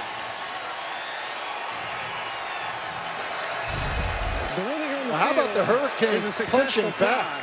The previous play is under further review. First, the big run with Cam Harris. You see the speed in the open field. Good job of Pope blocking downfield. Just an excellent job of getting movement, an excellent job of just getting upfield by Cam Harris. And then on the 2-point play, what an outstanding effort on the bubble screen by Brevin Jordan. Really nothing there except for just an outstanding effort by the big tight end. You see that right knee down. If you kind of time him up to see, I think there's a pretty good chance, Dave, that this crosses the goal line before that knee is down. And with it being, you know, called a good conversion on the field, I don't see enough to overturn this. And that's the key. Otherwise, they stick with the call on the field, which was a 2-point conversion for Miami. As we 2-box it. Yeah, and you know, that angle there, because we're not right down the goal line, you know, maybe looks like it's not across it, but I think if we were, you know, directly across it, I think it would be there. And as I said, there's got to be enough to overturn the call on the field. Either way, how about the effort by Brevin Jordan? Yeah. Because there really was nothing there. I think initial contact is made at about the 3-yard line. So here's the lunge using all of 6'3".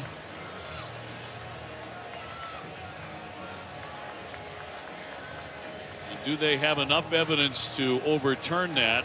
Will the 2-point conversion on the field? This is a long look, too. But see how we're looking at it from in the end zone. Sure.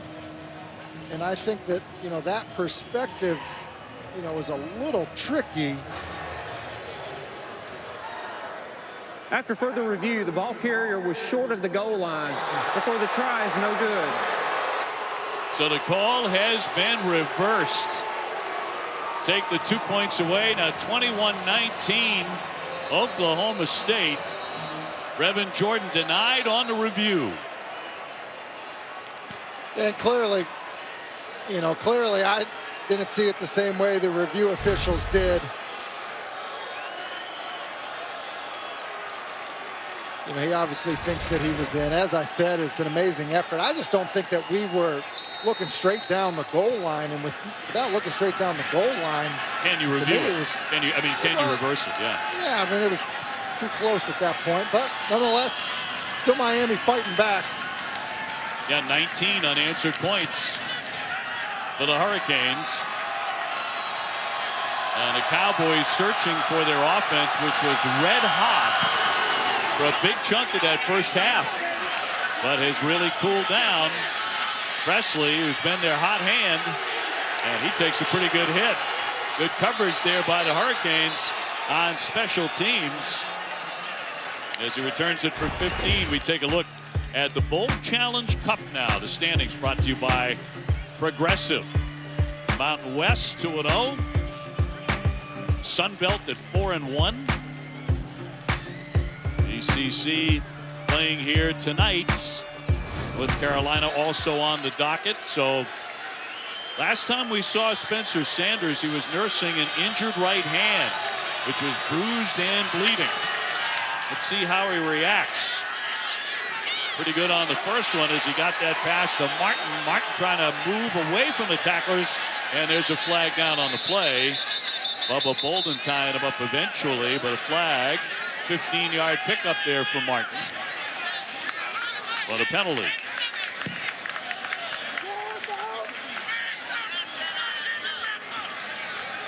.8:26 to go in the third.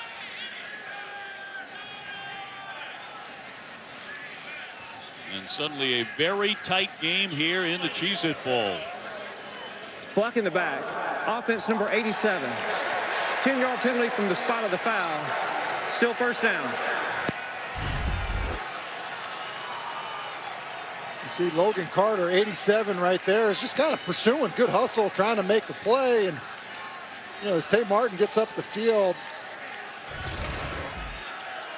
they get him for a block in the back. I'm not sure I saw it the same way. Tough break for Oklahoma State offensively, though, after a nice play. Get his drive started. First down 13, and the pass going to be intercepted. On the deflection, Miami with the pick. Bradley Jennings.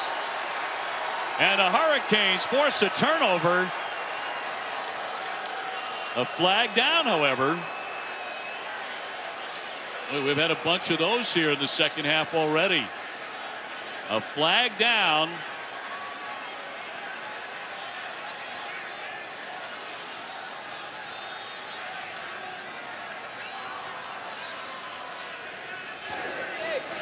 Pass interference. Defense number 23. The ball replaces the spot of the foul with an automatic first down. To Corey Couch. They throw the flag on Couch, who's had a very, very big night, but Manny thought it was tipped. Yeah, Manny's saying the ball is tipped, but Couch is down at the bottom of the screen on Tay Martin. I think Manny's trying to say that Zach McLeod maybe got a finger on it. It was hard for me to tell if he did. So it looks like Couch is there early, and Brown with a big carry gets out to the 30-yard line before Gervin Hall makes the stop, but another flag. Holding, offense number 70. 10-yard penalty, first down. Now we're going to go back to, remember, Manny Diaz thought it was tipped on the interception. Take a look at this. Well, there's Zach McLeod. And if he gets his hand on that, then it can't be PI. Yeah, it can't be PI by Corey Couch. And so I think Manny Diaz got a pretty good case there. I think he's right. And that would mean it would be Miami's ball. That's a tough break for Miami and a really good play by McLeod and Jennings. I don't think there's much question that was tipped. Brown with another carry, but dragged down. Good stop there by Jennings again. A 2-point game here in Orlando. Dave, how about this Miami defense? Without your two best pass rushers, your two best defensive players continuing to fight like this. Sanders finding a hole. It's going to be cut back inside. He's going to lose the football, but recovered by Oklahoma State. Bubba Bolden took him down and upended him. And the scamper will get him a healthy gain. 3rd down and 6. And this one was close. That's a good job by Bubba Bolden, just getting his arm out and kind of swiping at Spencer Sanders' leg to get him down, clearly down before that ball came out. Critical 3rd down here. Martin in motion. Sanders to fire to him right at the 30-yard line. And trying to move the sticks here. And Oklahoma State able to do that and pick up another 1st down. You know what Oklahoma State does, they motion Tate Martin to get off coverage to get a free access throw. Big hole for Brown straight ahead for another 1st. But quite a recovery here by the Cowboys, Tim, when it was, 1st and 20. Yeah, I mean, it was a penalty, a backwards, part of your drive. You get a fortunate call on what would have been an interception, and now all of a sudden feels like you're playing downhill with some momentum. Martin with a catch and drags a tackler with him. He was dragging Couch with him to pick up a 1st, a 10-yard gain. Boy, they are going at warp speed, aren't they? They are. You have to wonder. There's a bit of a break, between your last regular season game and the bowl game, and you try to let your players enjoy the process. It should be a reward, not a punishment. You wonder the conditioning that they're in to play at this pace. Another 1st down for Sanders. Handing off for Richardson. Trying the center of the line, stopped by Sam Brooks. A gain of 2. Talking with Coach Gundy this week, and he said, yeah, I wanted my guys to enjoy this time of the year. He sent them home for Christmas. A lot of programs this time of the year are not doing that. Wanted to make sure that they got a chance to see their loved ones. That pass is going to be broken up, but another flag is down. Intended for Martin, but Couch is going to argue the flag. Another penalty coming.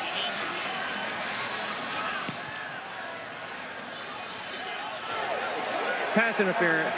Defense number 23. The ball will be placed at the spot of the foul with an automatic 1st down. Again, it's Tate Martin onto Corey Couch at the bottom of your screen, and just man coverage, a lot of contact, and it's that little tug at the top of the route, and you see, the coaching staff for Oklahoma State calling for it. But Corey Couch got a lot of speed. I think he's the best corner Miami has. A couple tough ones here. Richardson, freshman out of Oklahoma City. And a stop by Bolden after a 3-yard pickup. And D'Eriq King is back on the field.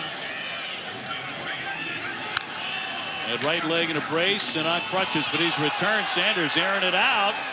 And a diving attempt, but incomplete. Stoner, the intended receiver. D'Eriq King injured in the 1st half and refused to get on a cart, even though they made the offer. And absolutely determined, he walked off the field with some help, but obviously quite hobbled. We just hope it's something he can bounce back from quickly. 3rd down and 7. Yeah, it is very good to see him out there.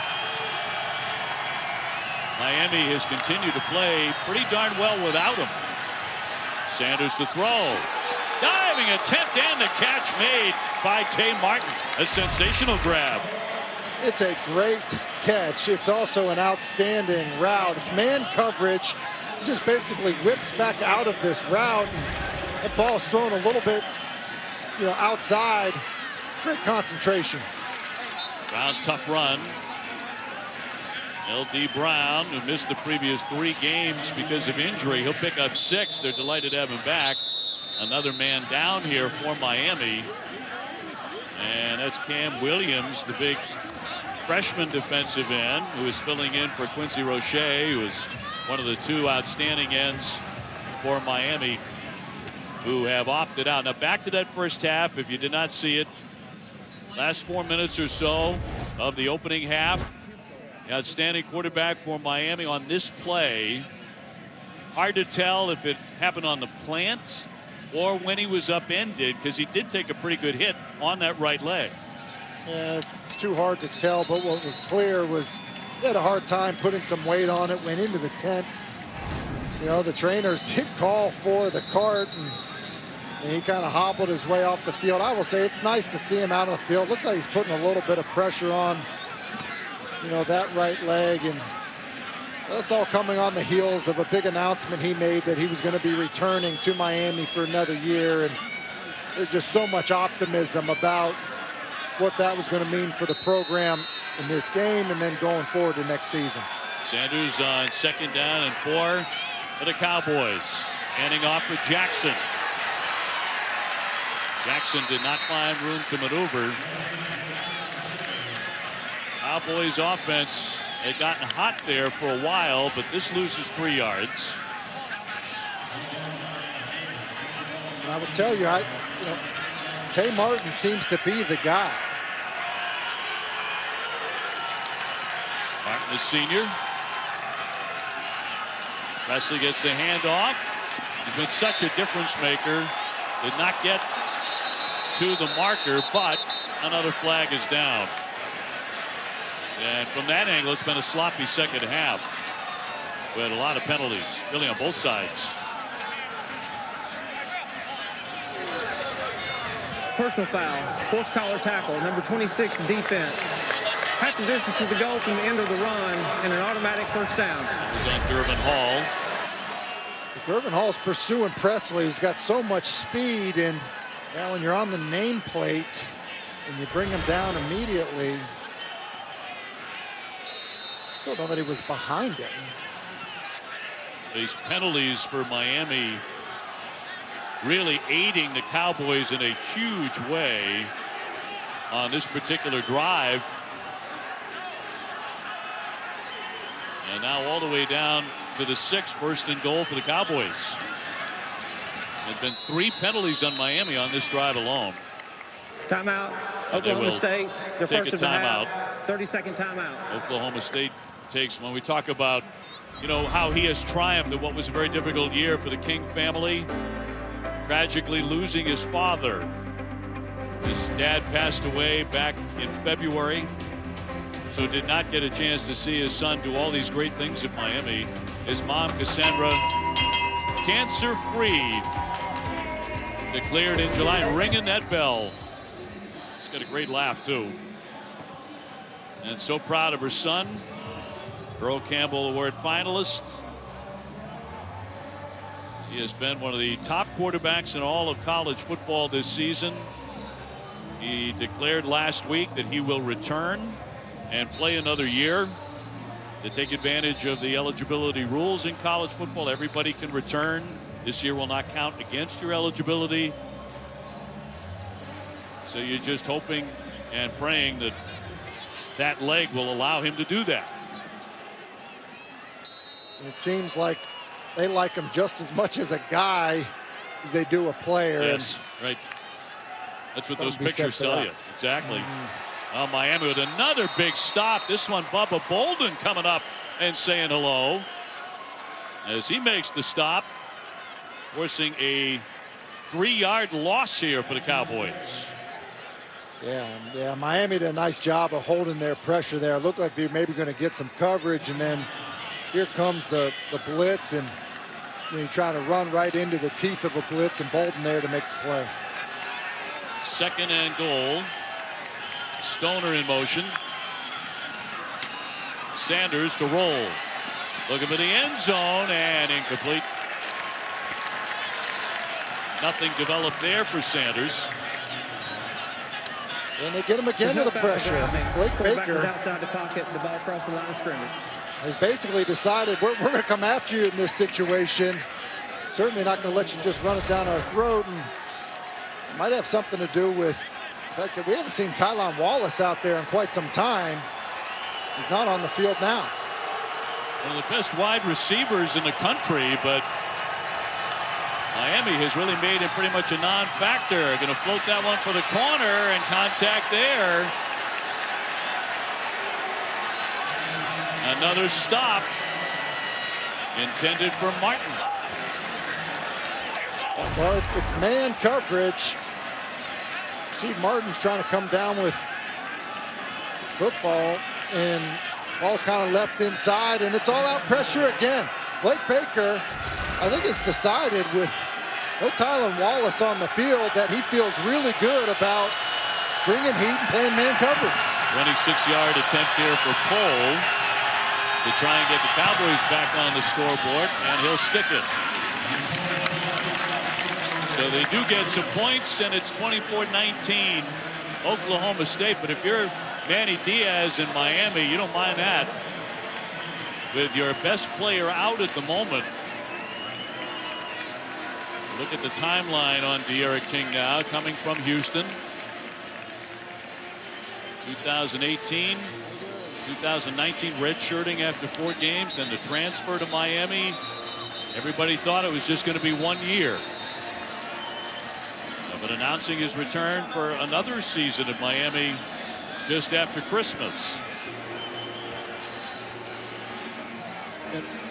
And it's been interesting to hear, you know, people in the program talk about their belief in what they can do, like what's possible for Miami when he's the quarterback. I feel like they always just feel like they can win when he's there. I mean, you see the production, how talented he is, and he's also a leader, kind of a contagious leader for Miami. Let's hope it's a quick recovery for him. Harley to take it out on the kickoff return, and that's where the drive will begin for the Hurricanes. College football semifinals. New Year's Day on ESPN. #1 Alabama taking on #4 Notre Dame. That's the Rose Bowl at 4.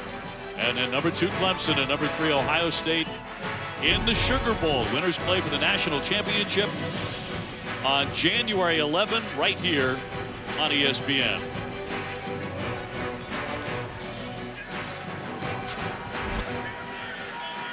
I like the Gamecast ability too, to watch it so many different ways. Pretty cool opportunity to do that. Watch 4 really good football teams. So Perry back to throw again. And a short one here to Harley. Harley with some room after picking up the first down. But it's a 20-yard gain, Tim. Yeah, and N'Kosi Perry, I mean, the box score is going to show he's 7 for 15 right now, but you consider some of those drops on the flea flicker and the wide receiver screen. I think you have to be really happy with how N'Kosi Perry has come off the bench. There have been 3 big drops for Miami from the wide receiver core in the game. Not a completion. Got this one out into the flat. Harper to take down Wiggins. Coming up on about 2 minutes to go here in the third, here in the Cheez-It Bowl. 2nd down and 3. And it's going to be fumbled. And Oklahoma State has it. Miami fumbles it away. Brock Martin fell on top of it, and he recovered the fumble for the Cowboys. And it's the 2nd turnover of the ball game for the Canes. Yes, I've been really impressed with him as a passer. This is the stuff you probably don't get the reps doing with the backs. You know, it's a zone read with the freshman Chaney at running back, and he's trying to pull it, I believe. And on the pull, it just loses the football, and Brock Martin, just one of those defensive linemen that always seems to be in the right spot. So the Cowboys take over. Sanders will fire incomplete. Once again, looking for Presley. Talking about Tylan Wallace being a very quiet guy so far in this game, and what a great wide receiver he has been. All Big 12 first team this season. He was an All-American a couple of years ago. Will he become a bigger factor the rest of the way for the Cowboys? 2nd down and 10. He's going to throw it deep, and again incomplete. And a flag once again. Is that going to be Couch again? for the Hurricanes. There's just so many flags here on Miami. Pass interference, defense number 23, 15-yard penalty, and an automatic first down. Corey Couch. You know, Miami plays a lot of man.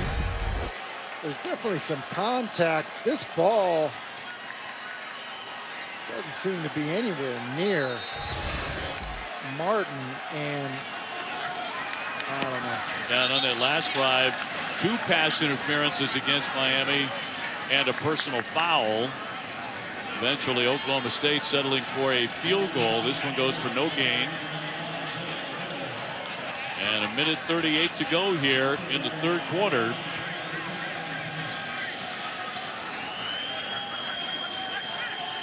Still not seeing Wallace in the game, as Sanders will run it. He takes off across the 20 and picks up a first down. Smith dragging him down, but a big gain of 16. Let's go down to Katie. Well, guys, Tylan Wallace has not played a snap throughout this second half. He's on the sidelines currently without his helmet. I'm told by OSU staff that it is not a medical issue. It's a player decision to stay on the sidelines. Okay, I'd love to know what that means. First down and 10. Presley has really been the star receiver. He's open again. He's going to make the catch. Low toss, but a fine play. Presley's really been outstanding. He has been outstanding. They motion him across the formation, get him off coverage with that motion, and then he just kind of comes underneath the wake of another receiver's release. It's a good job of going down for the ball. Remember down here last time, Miami just decided to all-out blitz 3 plays in a row. Not be surprised to see him just continue to do that here, especially with no Wallace. Right, Brown on the carry. So it brings up first and goal here for Oklahoma State, as they lead it by 5 against number 18 Miami. And that's the end of the third quarter. Well, Miami has been trying to come back all night. They were down 21-0. They've lost their quarterback. Let's see if they can do it. Oklahoma State on the drive at the moment behind Spencer Sanders, but the Miami defense and the offense has been a bigger star here. On to the fourth quarter.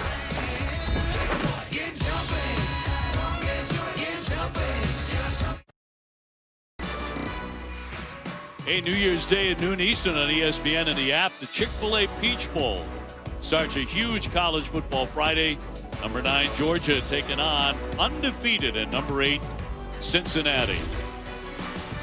Back here at the Cheez-It Bowl in Orlando, pretty night. And heading off to the fourth quarter, which Oklahoma State will play without their outstanding wide receiver, Tylan Wallace. As Katie George said, it's not an injury situation. It's not a health situation. He's not going to play. It's a player decision.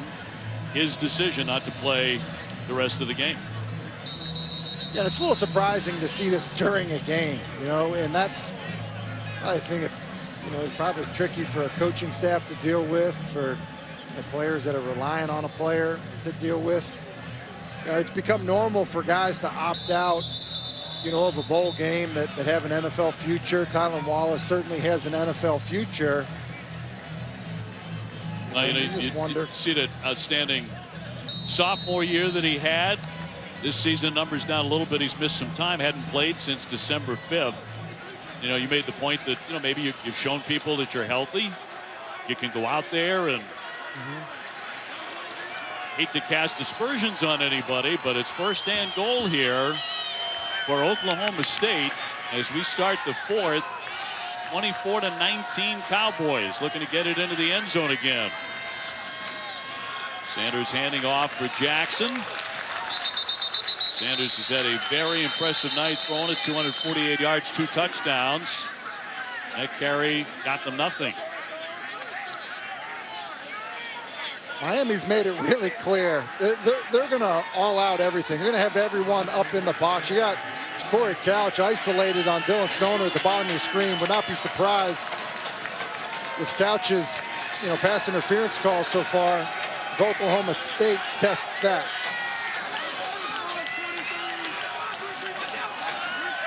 Second and goal. Trying for the end zone. Stoner. He's going to get in for the touchdown. We've seen a number of these in this game. Really on both sides. Great second efforts after the catch to find the end zone. And Oklahoma State goes up 30-19. Well, this is what I was talking about. They got everyone up in there to stop the run, and Stoner is isolated on Couch at the bottom of the screen. He just does a good job of being patient with his release, selling outside to get his body inside, and then he's strong enough to get into the end zone. A lot of man coverage for Miami. Dylan Stoner gets the best of that matchup. Sanders with his third touchdown pass here in the Cheez-It Bowl.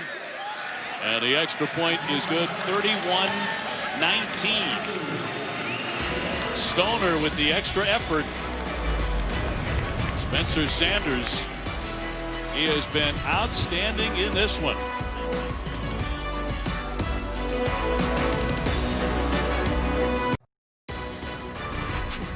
The Cheez-It Bowl, brought to you by Cheez-It. Cheesy, crunchy bowl season satisfaction. Well, you're watching the Cheez-It Bowl as part of Capital One Bowl Mania. Fourth quarter, big score for the Cowboys as they lead it now 31-19. Tim Hasselbeck from his home in Nashville. Dave O'Brien from Bristol, Connecticut. Katie George there on the field in Orlando. Very kind of you to join us. And of course, the College Football Playoff National Semifinals coming up on Friday at 4 o'clock. Bama and Notre Dame in the Rose Bowl at 8. Clemson and Ohio State in the Sugar Bowl. Miami looking to answer now. Harley evading one man. And now the Hurricanes with the backup quarterback, Cozy Perry. And Tim, you talk about Alabama, #1 in the country, taking on #4 Notre Dame. You like Bama in game #1. Game 2, though, the Sugar Bowl, Clemson and Ohio State. And we know how Dabo Swinney felt about Ohio State and whether they should be in the top 4, because he had him #11 in his poll. But your thoughts on that game at 8 o'clock?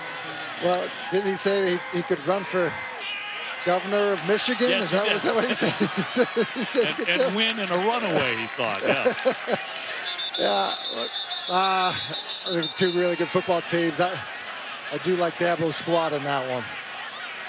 I know how much you are fond of Trevor Lawrence, having covered him a bunch the last couple of years. Flag down here. 14:08 to go, fourth quarter in Orlando.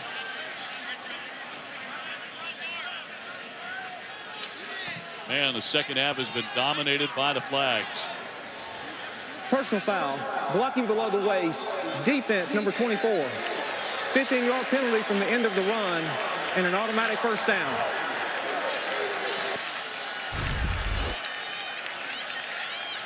You see your 24 at the top of your screen. A lot of times what little guys do when they're faced with big guys, if you can't do it in that situation, kind of don't blame Bernard Converse on that one. Perry, pressure on him, and he throws it right into the grass. Incomplete. Good pressure there by Devin Harper on Perry. So second down and 10 coming up for Miami. They really had the offense moving, even without the Eric King. Perry had been doing a good job. Seen a lot of penalties. I mean, Miami, 5 of them in the second half. That one darted in for a completion over the middle. The catch made by Mike Harley. And I think generally speaking, Dave, we mentioned the drops. Obviously had the fumbled exchange with Chaney, but I think Perry's done a nice job. And I think Rhett Lashley's done a nice job because the quarterback run game has changed with Perry in at quarterback. Yeah, very, very dramatically there. You know, King, you're talking about a guy who rushed for over 500 yards, more than any quarterback ever has at Miami. Perry trying to step up this time and spin, but no sir. Trey Sterling with the stop. Once again, he's had a really good night. He has. I think the front for Oklahoma State has done a nice job as well, and Sterling comes flying up in there. And it's a little bit what I mean about the quarterback run game. They actually tried, a quarterback lead. And you think about teams that Oklahoma State faces, Texas, Kansas State, Iowa State, TCU. You see a lot of quarterback runs, and I don't know if that's what you want to do with Perry. The step up and now the lob, and he has the tight end, Mallory. Mallory tripped up just shy of the goal line. Devin Harper saving a touchdown. Otherwise, Mallory is celebrating. Yeah, this basically looks like quarterback run. You see Trey Sterling come flying up in there, but it's really to draw the secondary players in. They hit Mallory on the little pop pass. Bring up first and goal. That play went for 45. Timeout. Oklahoma State. The second half. So the Cowboys with a timeout. Miami knocking on the door.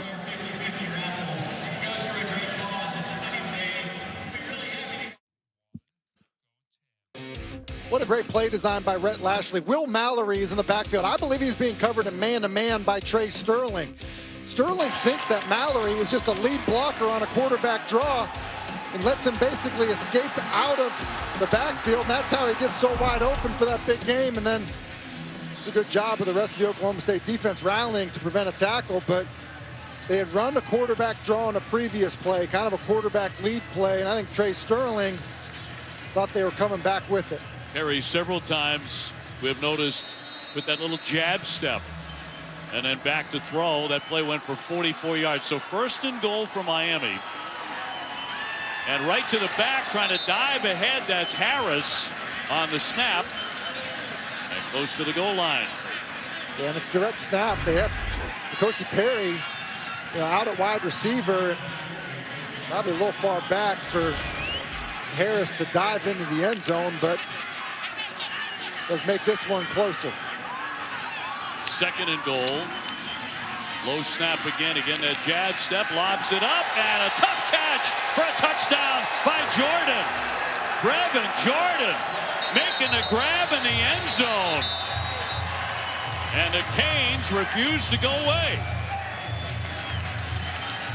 It's similar to the big play we saw earlier to Mallory where they faked the quarterback run. It's kind of their version of the play action here. And Brevin Jordan, I believe, is getting interfered with. Rodriguez is holding that right arm.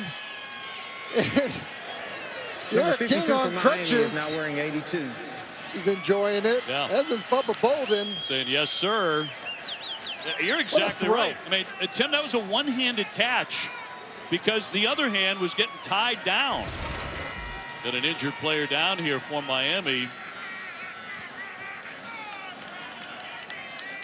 Jared Williams, 6'6", 308, now on his feet. Good sign there for the Canes. The right tackle, Jordan, with a terrific play. It's a game where we have seen 5 or 6 really brilliant offensive plays. And here's another one by Brevin Jordan. Yeah, Brevin Jordan coming out of the backfield. It's almost like power pass, where you're trying to look like you're pouring it up in there and you leak somebody out to the flat. It's Brevin Jordan in this case. He gets interfered with. There should have been a flag regardless of the great catch by Brevin Jordan. And it's a really tough throw to make down in that situation. Great touch by N'Kosi Perry, who again, I think has done a phenomenal job coming off the bench in relief for the injured Derek King. What a throw, what a catch. Jordan, by the way, with a touchdown catch from each quarterback for Miami tonight. The extra point makes it 31-26. Well, here's the first of the New Year's 6 games, a top 10 matchup. Heisman finalist Kyle Trask leading number 7 Florida against number 6 Oklahoma in the Goodyear Cotton Bowl Classic. Coverage beginning tomorrow at 8 o'clock Eastern on ESPN and the app. So 12 minutes to go. Still anybody's game. Look at all the offense for Miami all of a sudden, and that's without their number 1 quarterback for a big hunk of the game. And Brevin Jordan with a one-handed catch in the end zone. As King's teammates continue to come up to him one after another and say hello and express their sympathy on the injury, but they're trying to come back and win a game. They were down in 21-0. Dave, I think there can be a lift to that. And the guy who's the leader of your football team, who everyone knows is injured, it was hard to see him go off the field. I think there can be a lift when he comes back on the sideline. I think it's a sign of leadership and toughness, and it looks like it on Miami's sideline right now. 12 minutes to go, 31-26, Oklahoma State. Let's get it back to the studio and Matt Barry. Guys, good evening. You've got a good one brewing there in the fourth quarter. When it goes final, we've got the Valero Alamo Bowl, Texas and Colorado, just over 35 minutes from now. In the meantime, Hasselbeck, send us one of those 17 box of Cheez-Its you have in your backdrop. That's what you call product placement right there. That's what they teach at Boston College. That's as good as it gets. Of course. Yep. And see, you got Matt Barry hungry. He's ready for a snap. No doubt about it. Sanders to take off to the sideline before he tiptoes out, chased down by Steed.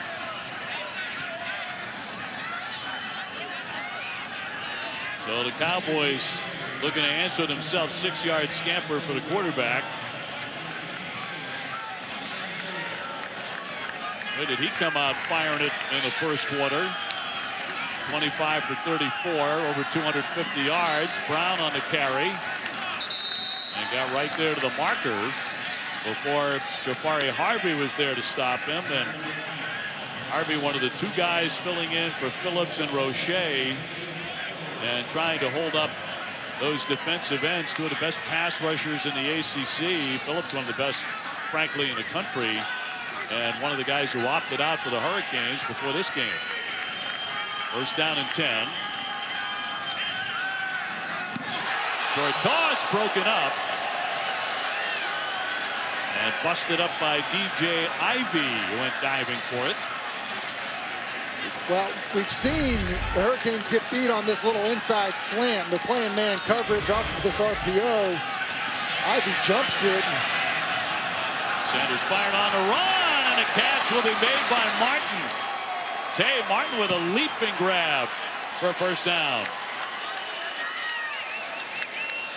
Seen this a couple times too, where Spencer Sanders extends the play by getting outside the pocket, looking to pass, and good job of Tay Martin just finding a way to continue to get open and work for his quarterback. Martin's been a big target tonight.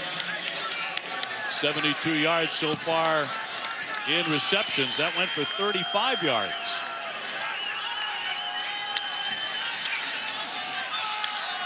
Handed off for Richardson straight ahead. And still on his feet, right into the pile. Dominic Richardson, the freshman. With under 10.5 to play here in Orlando in the Cheez-It Bowl. It's a matchup of two ranked teams, and outside of the New Year's Six, that's the only occurrence where both teams are ranked in the top 25. Sanders to keep it, picks up a first. That's something that you mentioned at the top of the broadcast tonight, Tim. He's a better runner than he probably gets credit for. I really believe so, and it's a good job of Oklahoma State getting to these quarterback runs, or at least the option for him to pull it and keep it, because even though Miami had defenders there, he has plenty of speed to get to the perimeter, and obviously picks up the first down there.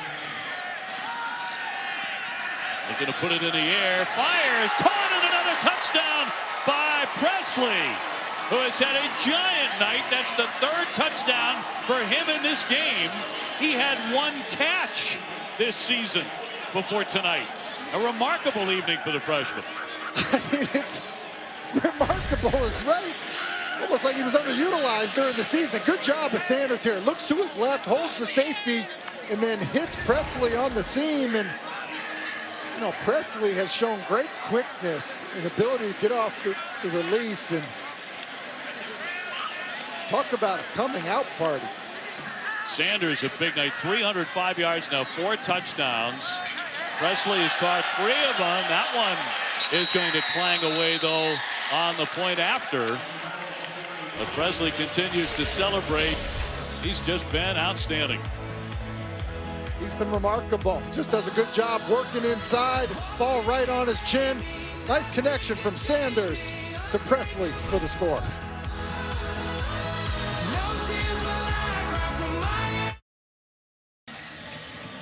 Well, we came on the air tonight talking a lot about number 2 there for Oklahoma State, Tylan Wallace, who's not played in the second half, but Brennan Presley's played the entire game, and he's becoming a star. Don't look now, but the Cowboys, who are rather noted for producing outstanding wide receivers, they've got another one on their hands. They sure do. He touched the ball twice coming into this game throughout this season. 1 rush and 1 reception, and on offense, and got more touchdowns than he had offensive touches coming into this game. So the Hurricanes looking to answer, down 37-26. Kosi Perry, the backup quarterback for Miami, and he has really played pretty darn well filling in for King tonight. I would agree. I think he's done an excellent job. He hasn't played much this season because it's been pretty much all D'Eriq King, and done an excellent job. Probably no better throw than this one here to Brevin Jordan on their last drive, and I would continue to put it in his hands. 11 for 20, 147 yards. And remember, there have been 3 dropped passes. Miami's had trouble with that tonight. It's Jordan again. Trey Sterling to trip him up. And a gain of 2 for the Hurricanes. That's a big play by Trey Sterling. You're out in space against a really good ball carrier once he, catches the ball, and Brevin Jordan's cutting back inside. Trey Sterling is kind of filling that hole aggressively. It's a good play against a guy who's dangerous with the ball in his hands. Sterling Jr. from Sunnyvale, Texas. 2nd down 8. Low snap. Jab step again. He's going to roll and now run, and gets across the marker.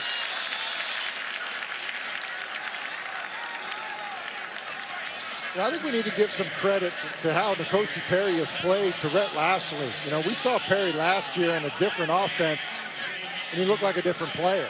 And the pass protection's been better. The decision-making's been better.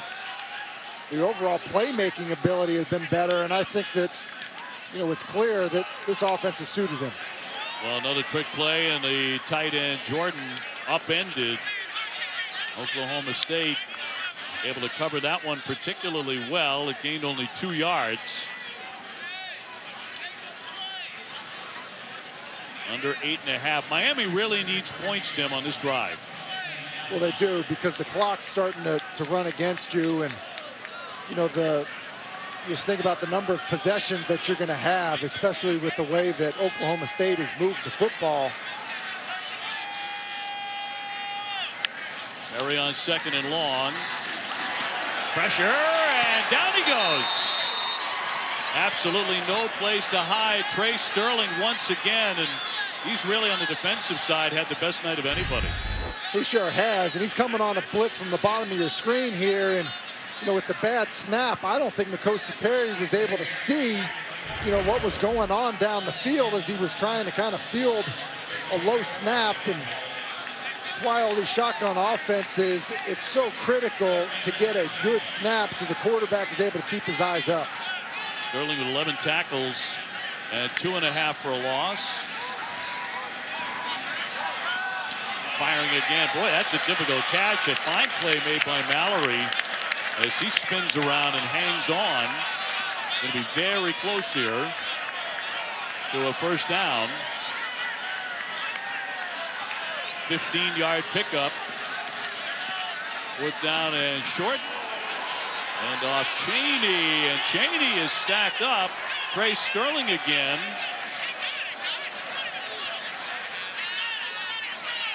Got in close, and they're going to say 1st down.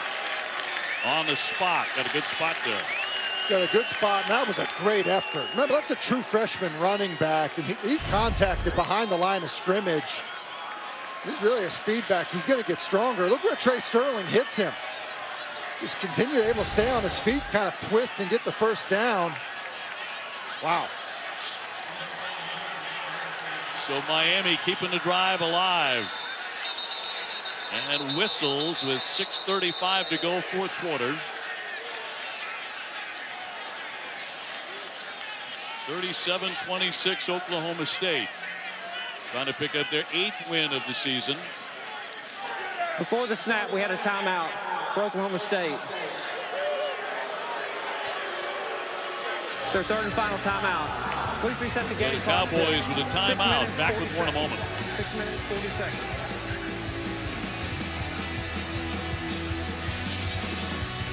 Experience amazing at your Lexus dealer.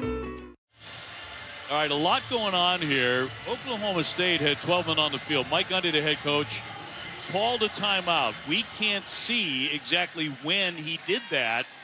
There's also the issue of, did he want to review the spot on the last first down? There's also the issue that the ball was snapped and Miami is running a trick play, which basically Oklahoma State then gets a look at, and so now it's a wasted opportunity to run a play that you maybe felt really good about. So they burn that timeout. Perry on the move. He's going to lob this one up for grabs. Boy, a collision, a tough catch by Harris. Seen a bunch of those in the game, and it is a completed pass. A completed pass, and this is amazing, Dave. You know, Cameron Harris is looking over his left shoulder inside, but because of the coverage, it's thrown outside. Completion. The previous play is under further review. So they will review this.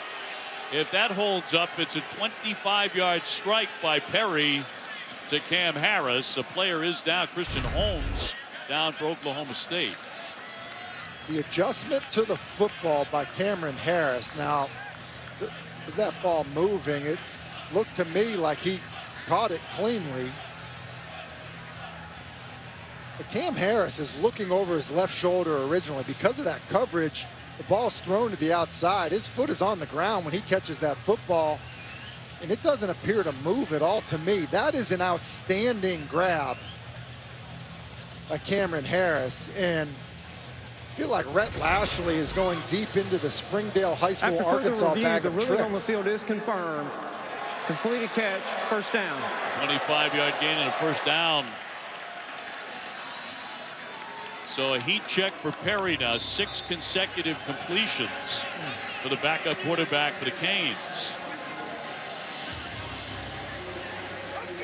Big one there to pick up a first down. And no quit in the Hurricanes. Perry on this drive, 3 for 3, 42 yards. He has Donald Chaney, the freshman, in the backfield with him, but he wants to throw. Throws a low one there to the tight end, Jordan, but another catch. And Miami moving the sticks. That picks up 11 yards. And that's big because of the review. Their tempo was slowed down, and so that's why that completion to Brevin Jordan is so big.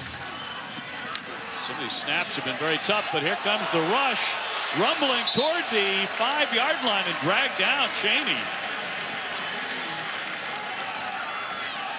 Bongomigo with the stop. But first and goal here for the Canes. They are driving it again. Complete to Harley. Harley looking for the zone. He's in there for the touchdown. Miami just keeps on responding. A 5-yard touchdown reception from Mike Harley. Now remember, earlier in the game, they went for 2, Tim. Looked like they got it. On review, they didn't. It was overturned. 5:39 to go here in Orlando, and Oklahoma State's lead cut to 5, 37-32. Oklahoma State with another man down, Bernard Converse. Does a really nice job of Brevin Jordan blocking on the perimeter. A lot of good things on that drive, Dave. You think about it. You think about the low snap that was fielded earlier. But here's Harley running the bubble. The inside guy in the trips to the top of your screen is Brevin Jordan. Look at him sustain his block and kind of get in the way. You know, a little bit of the pursuit as Tanner McAllister is trying to run to Harley. And And how about D. Wiggins sustaining it on the perimeter? To me, that's kind of a cultural thing, an effort by everybody, and all, you know, kind of willingness to block. And think about N'Kosi Perry comes into the game with a down 14. Well, Miami once again going to line up and go for two. 37-32 Oklahoma State. Perry. And once again, some trickery, and they're into the end zone. Diving in. A two-point conversion. Marshall Few. And it really opened up for the junior. And he dives in to cut it to 37-34. You gotta love the two-point call by Rhett Lashley. Basically a reverse pass option, if you will. It's Marshall Few kind of gets it on the reverse. It looks like N'Kosi Perry's trying to roll out. Look at how that fools the defense, and Will Mallory had released. You know, block, release. He was open in the end zone. The defense rallies to him, and then just an excellent job. And look at the excitement on the sideline, even on crutches. Marshall Few, for the first time this season, gets into the end zone, a two-point conversion. And a three-point game with 5:39 to go. Anybody's game here in Orlando in the Cheez-It Bowl. Presley has been such a bright star. And back for the kickoff by the Hurricanes. And down the stretch we come.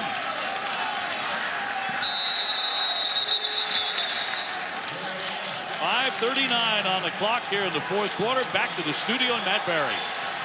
Guys, if this is the beginning of our bowl game Tuesday, sign us up for the nightcap. Texas and Colorado coming up just under 15 minutes. Valero Alamo Bowl. Will this be it for Sam Ehlinger at UT? That game kicking off shortly when you guys go final. Hi, Matt. Thank you very much. Now, Sanders has had a terrific ball game. He's 37 attempts, 27 completions, 304 yards, 4 touchdowns, but they need him again. He's also rushed for 46 yards. He's going to hand off here for Brown as they stay on the ground on the first carry. L.D. Brown. And he will gain just 2 yards to bring up second down and 8. And I think Miami has decided to commit to stopping the run. Playing man coverage. I think if Oklahoma State is going to get it done, they're going to be forced to put it in the air.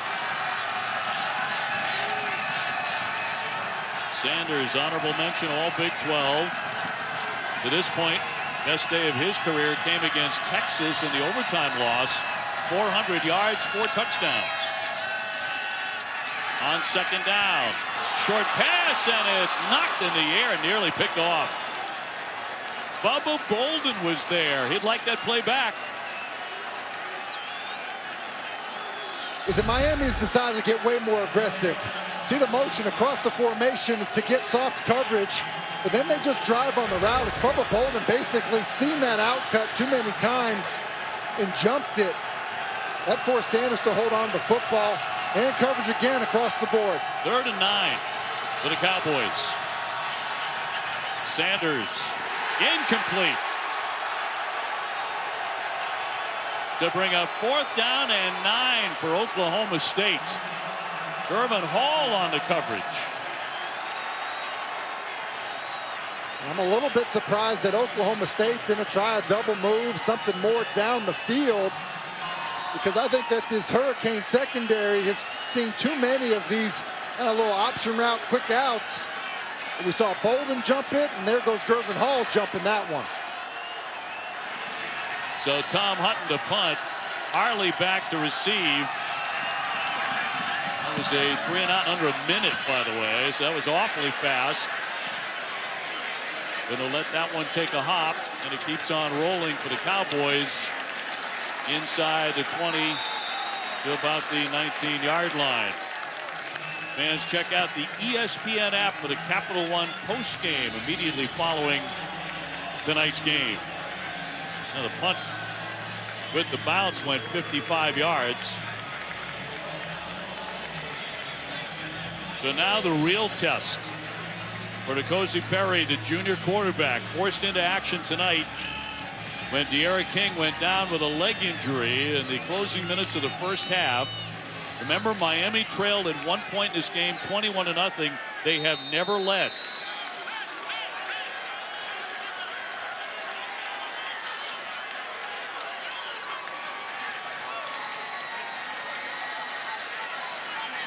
Jordan in motion. Perry took a look at him. Now he's going to throw it deep and hang it up, but it's going to be incomplete. Mallory never really saw that. Brings up second down for the Canes. And that was really similar to the play they had run earlier to Brevin Jordan, where they faked that bubble, which they've run a couple times now. Oklahoma State wasn't buying it. It's the first incompletion for Perry in a while as well. Had 8 straight prior to that. It had been a very hot hand. Second down 10.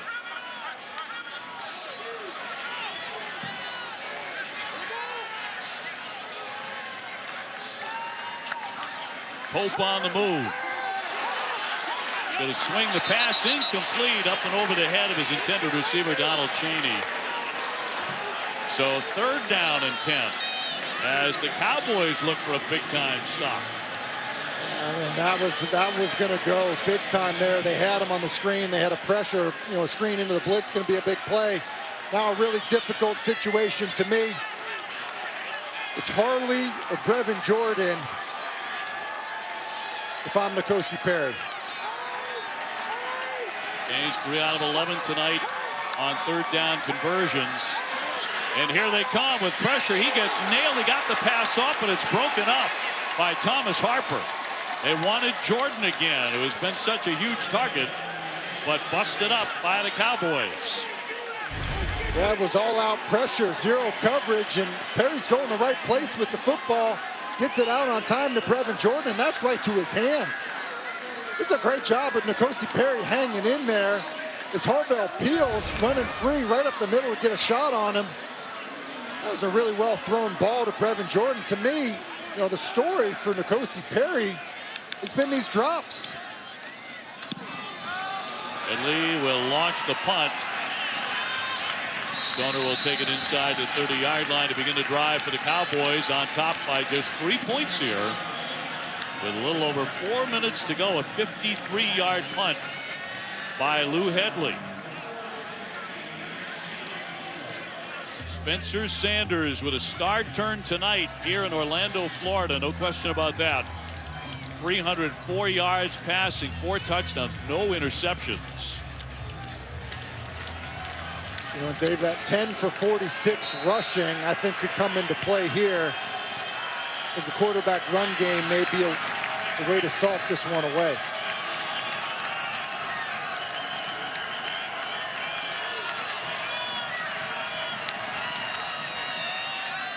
Sanders to keep it. And as you predicted, he's going to take off. As Frierson took him down for Miami, a 2-yard pickup for Oklahoma State. Here's the thing, you have to account for the quarterback as a runner. Miami continues to play with a safety deep, and so the quarterback run game is very much in play until Miami decides to bring everybody to the party. Then in that case, you have to try to find a way to win a one-on-one outside. Second and long now for the Cowboys. 3:33 to play. Sanders tucking it. Keeping the football again. Spencer Sanders with the carry. And a timeout. 3:21 to go. Miami. The second of the half. 30-second timeout. Please reset the game clock to 3 minutes, 24 seconds. So Miami with 1 timeout remaining. Time to get it back to the studio. Here's Matt Barry. We love a former all-Big 12 bowl game. Colorado obviously in the Pac-12 now, but they get set to take on Texas. If your game runs long, we will kick this game off on ESPN News. So if anybody is unhappy about that, hit up Tim Hasselbeck on Twitter. He'll answer all of your questions when that game kicks on ESPN News. He always does, and very bravely. Yes, I mean, it's a positive place to communicate with people. So enjoyable. Good interaction, Dave. I know you love it as well. Healthy interaction, yeah. 3rd down and 6. And a 3-point game here. The Cowboys trying to hang on and pick up another bowl win. 15 consecutive bowl appearances for Oklahoma State. Miami has dropped 9 of their last 10 bowl games. And that's going to be incomplete. Pass to the sideline, broken up by Gilbert Frierson, intended for Stoner. And again, it's this little, 5-yard out, this quick out from the slot, and Gilbert Frierson jumps it. So we've seen Bubba Bolden jump it, we've seen Gervin Hall jump it, now Gilbert Frierson, and on 4th and 6. Miami bench, the first of the game. So back-to-back 3-and-outs by the Miami defense to force the punt. 3:20 to go. And we did see both of the Australian punters, Tom Hutton for Oklahoma State and Lou Headley from Miami, getting together for a handshake before the game as they were both warming up. Hutton's 30 years old. Headley's 26. Gets that one away, and a fair catch here by Harley. 36-yard punt. So here's our game summary here in the Cheez-It Bowl in Orlando, Florida. 37-34 Oklahoma State, but they got out in front by a bunch, 21-0. Sanders really hot early. He's turned it in an outstanding night. Derek King had to leave the game. The Miami quarterback, a knee injury in the 2nd quarter, unable to return. Brendan Presley, the freshman wide receiver, who only caught 1 pass all season long, has 3 touchdowns tonight for Oklahoma State. It's been a lot of fun, headed towards a great ending. Perry's going to keep it and dive ahead. Cozy Perry, not necessarily his game. Tyler Lacey with the tackle. And certainly King throughout the season, indeed throughout his career, one of the top dual threat quarterbacks in college football. 2nd and 8. A pass incomplete. He wanted D. Wiggins, but busted up by Christian Holmes, who was out for a while and now has returned in that secondary. And I said it last time, last 3rd and long, Oklahoma State came after N'Kosi Perry with 0 blitz, and I'm not sure that Jim Knowles, who likes to switch things up, is going to end up doing the same thing. So with that being the case, it's a pretty good shot. You could end up seeing some type of zone coverage here. Our Perry had work inside. 3rd and 8 over the middle. Catch by Jordan to pick up the first, still on his feet. And getting out close to the 50-yard line. You talk about a determined effort after the catch by Brevin Jordan. Yeah, this is big. It was zone coverage. They played it soft. Switch up from the last 3rd and long. And then a good job. He caught it short of the 1st down, but excellent run after the catch by Brevin Jordan. 16 yards. Perry lining up. Deep throw. And broken up. Boy, almost had Mark Pope for a gigantic gain. But the Cowboys break it up. A true freshman, Corey Black, running with Pope. That's another drop, Dave. I mean, Mark Pope has got that in his hands. And So, by my count, that's at least 5 big ones. Yes.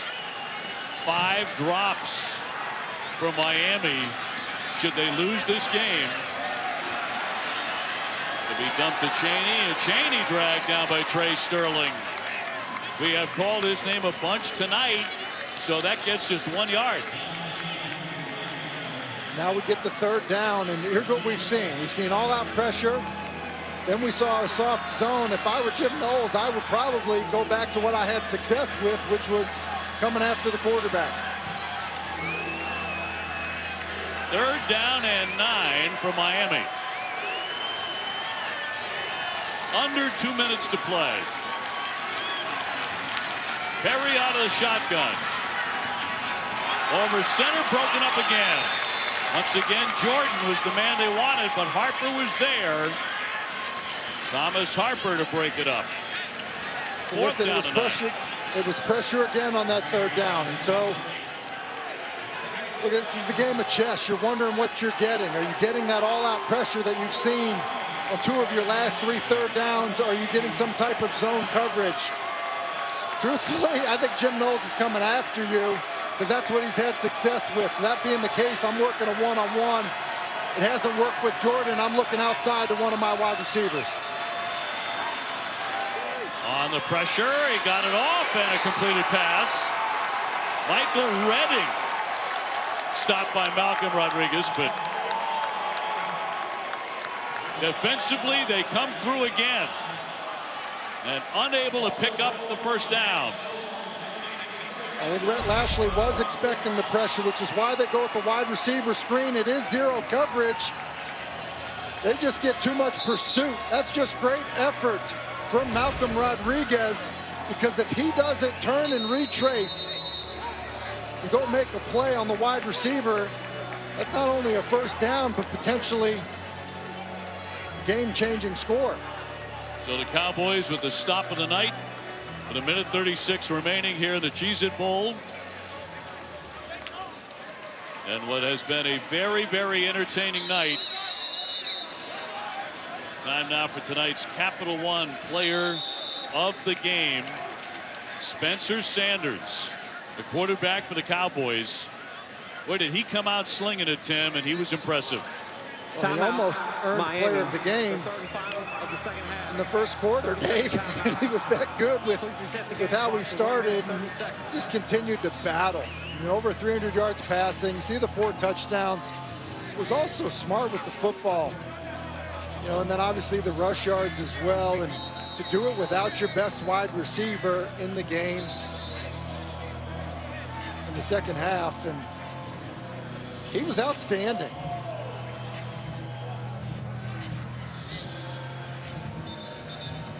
Well, Tylan Wallace did not play in the second half. That was a player decision, not an injury situation, but Sanders was able to find a bunch of other guys, Brennan Presley in particular, who just had a big, big night on a big stage for Oklahoma State. So Cowboys have found yet another talented wide receiver. Sanders takes that knee. Presley with 3 touchdown grabs. I don't know, that first one really set the tone for the whole night. That leaping catch to beat his defender and then jump into the end zone with a great second effort. That was a heck of a play. Great point, Dave, and that was a 4th down. Talk about setting the tone, a 4th down play where Miami probably felt like they had a pretty good call, and Spencer Sanders escapes to the left, makes that throw, and Presley, for his second catch of the season, makes an outstanding play. And he was terrific tonight. You mentioned the talented wide receivers in this program's history. A solid play at the quarterback position can help that as well. 5-yard penalty. Delay of game flag here. So, Tim, how do you manage the last couple of plays? Well, you've seen this with how they've decided to kneel the ball down. They try to take a little time off the clock before, you go down, and 4 seconds is a lot to try to do that with. And so Miami has declined the 10-second runoff. The game clock will start on the snap. The Cowboys beginning their celebration.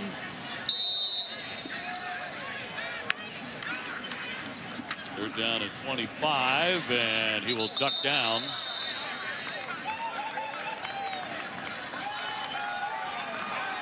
So the final half minute of play here in Orlando. Oklahoma State with the Cheez-It bath coming up. Sterling and Presley certainly deserving that honor of carrying the great big bucket of Cheez-Its.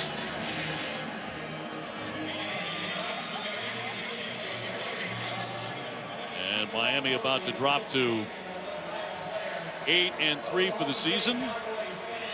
There's your final score here at the Cheez-It Bowl. Oklahoma State 37 and Miami 34. Tim, your final thought. Well, listen, I wanted a fun game to watch. You know, people opting out. There's great competitiveness between both teams. A show by both offenses.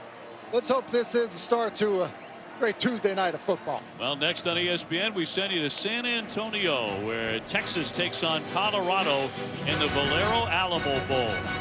For Tim Hasselbeck and Katie George, I'm Dave O'Brien. Thanks for watching.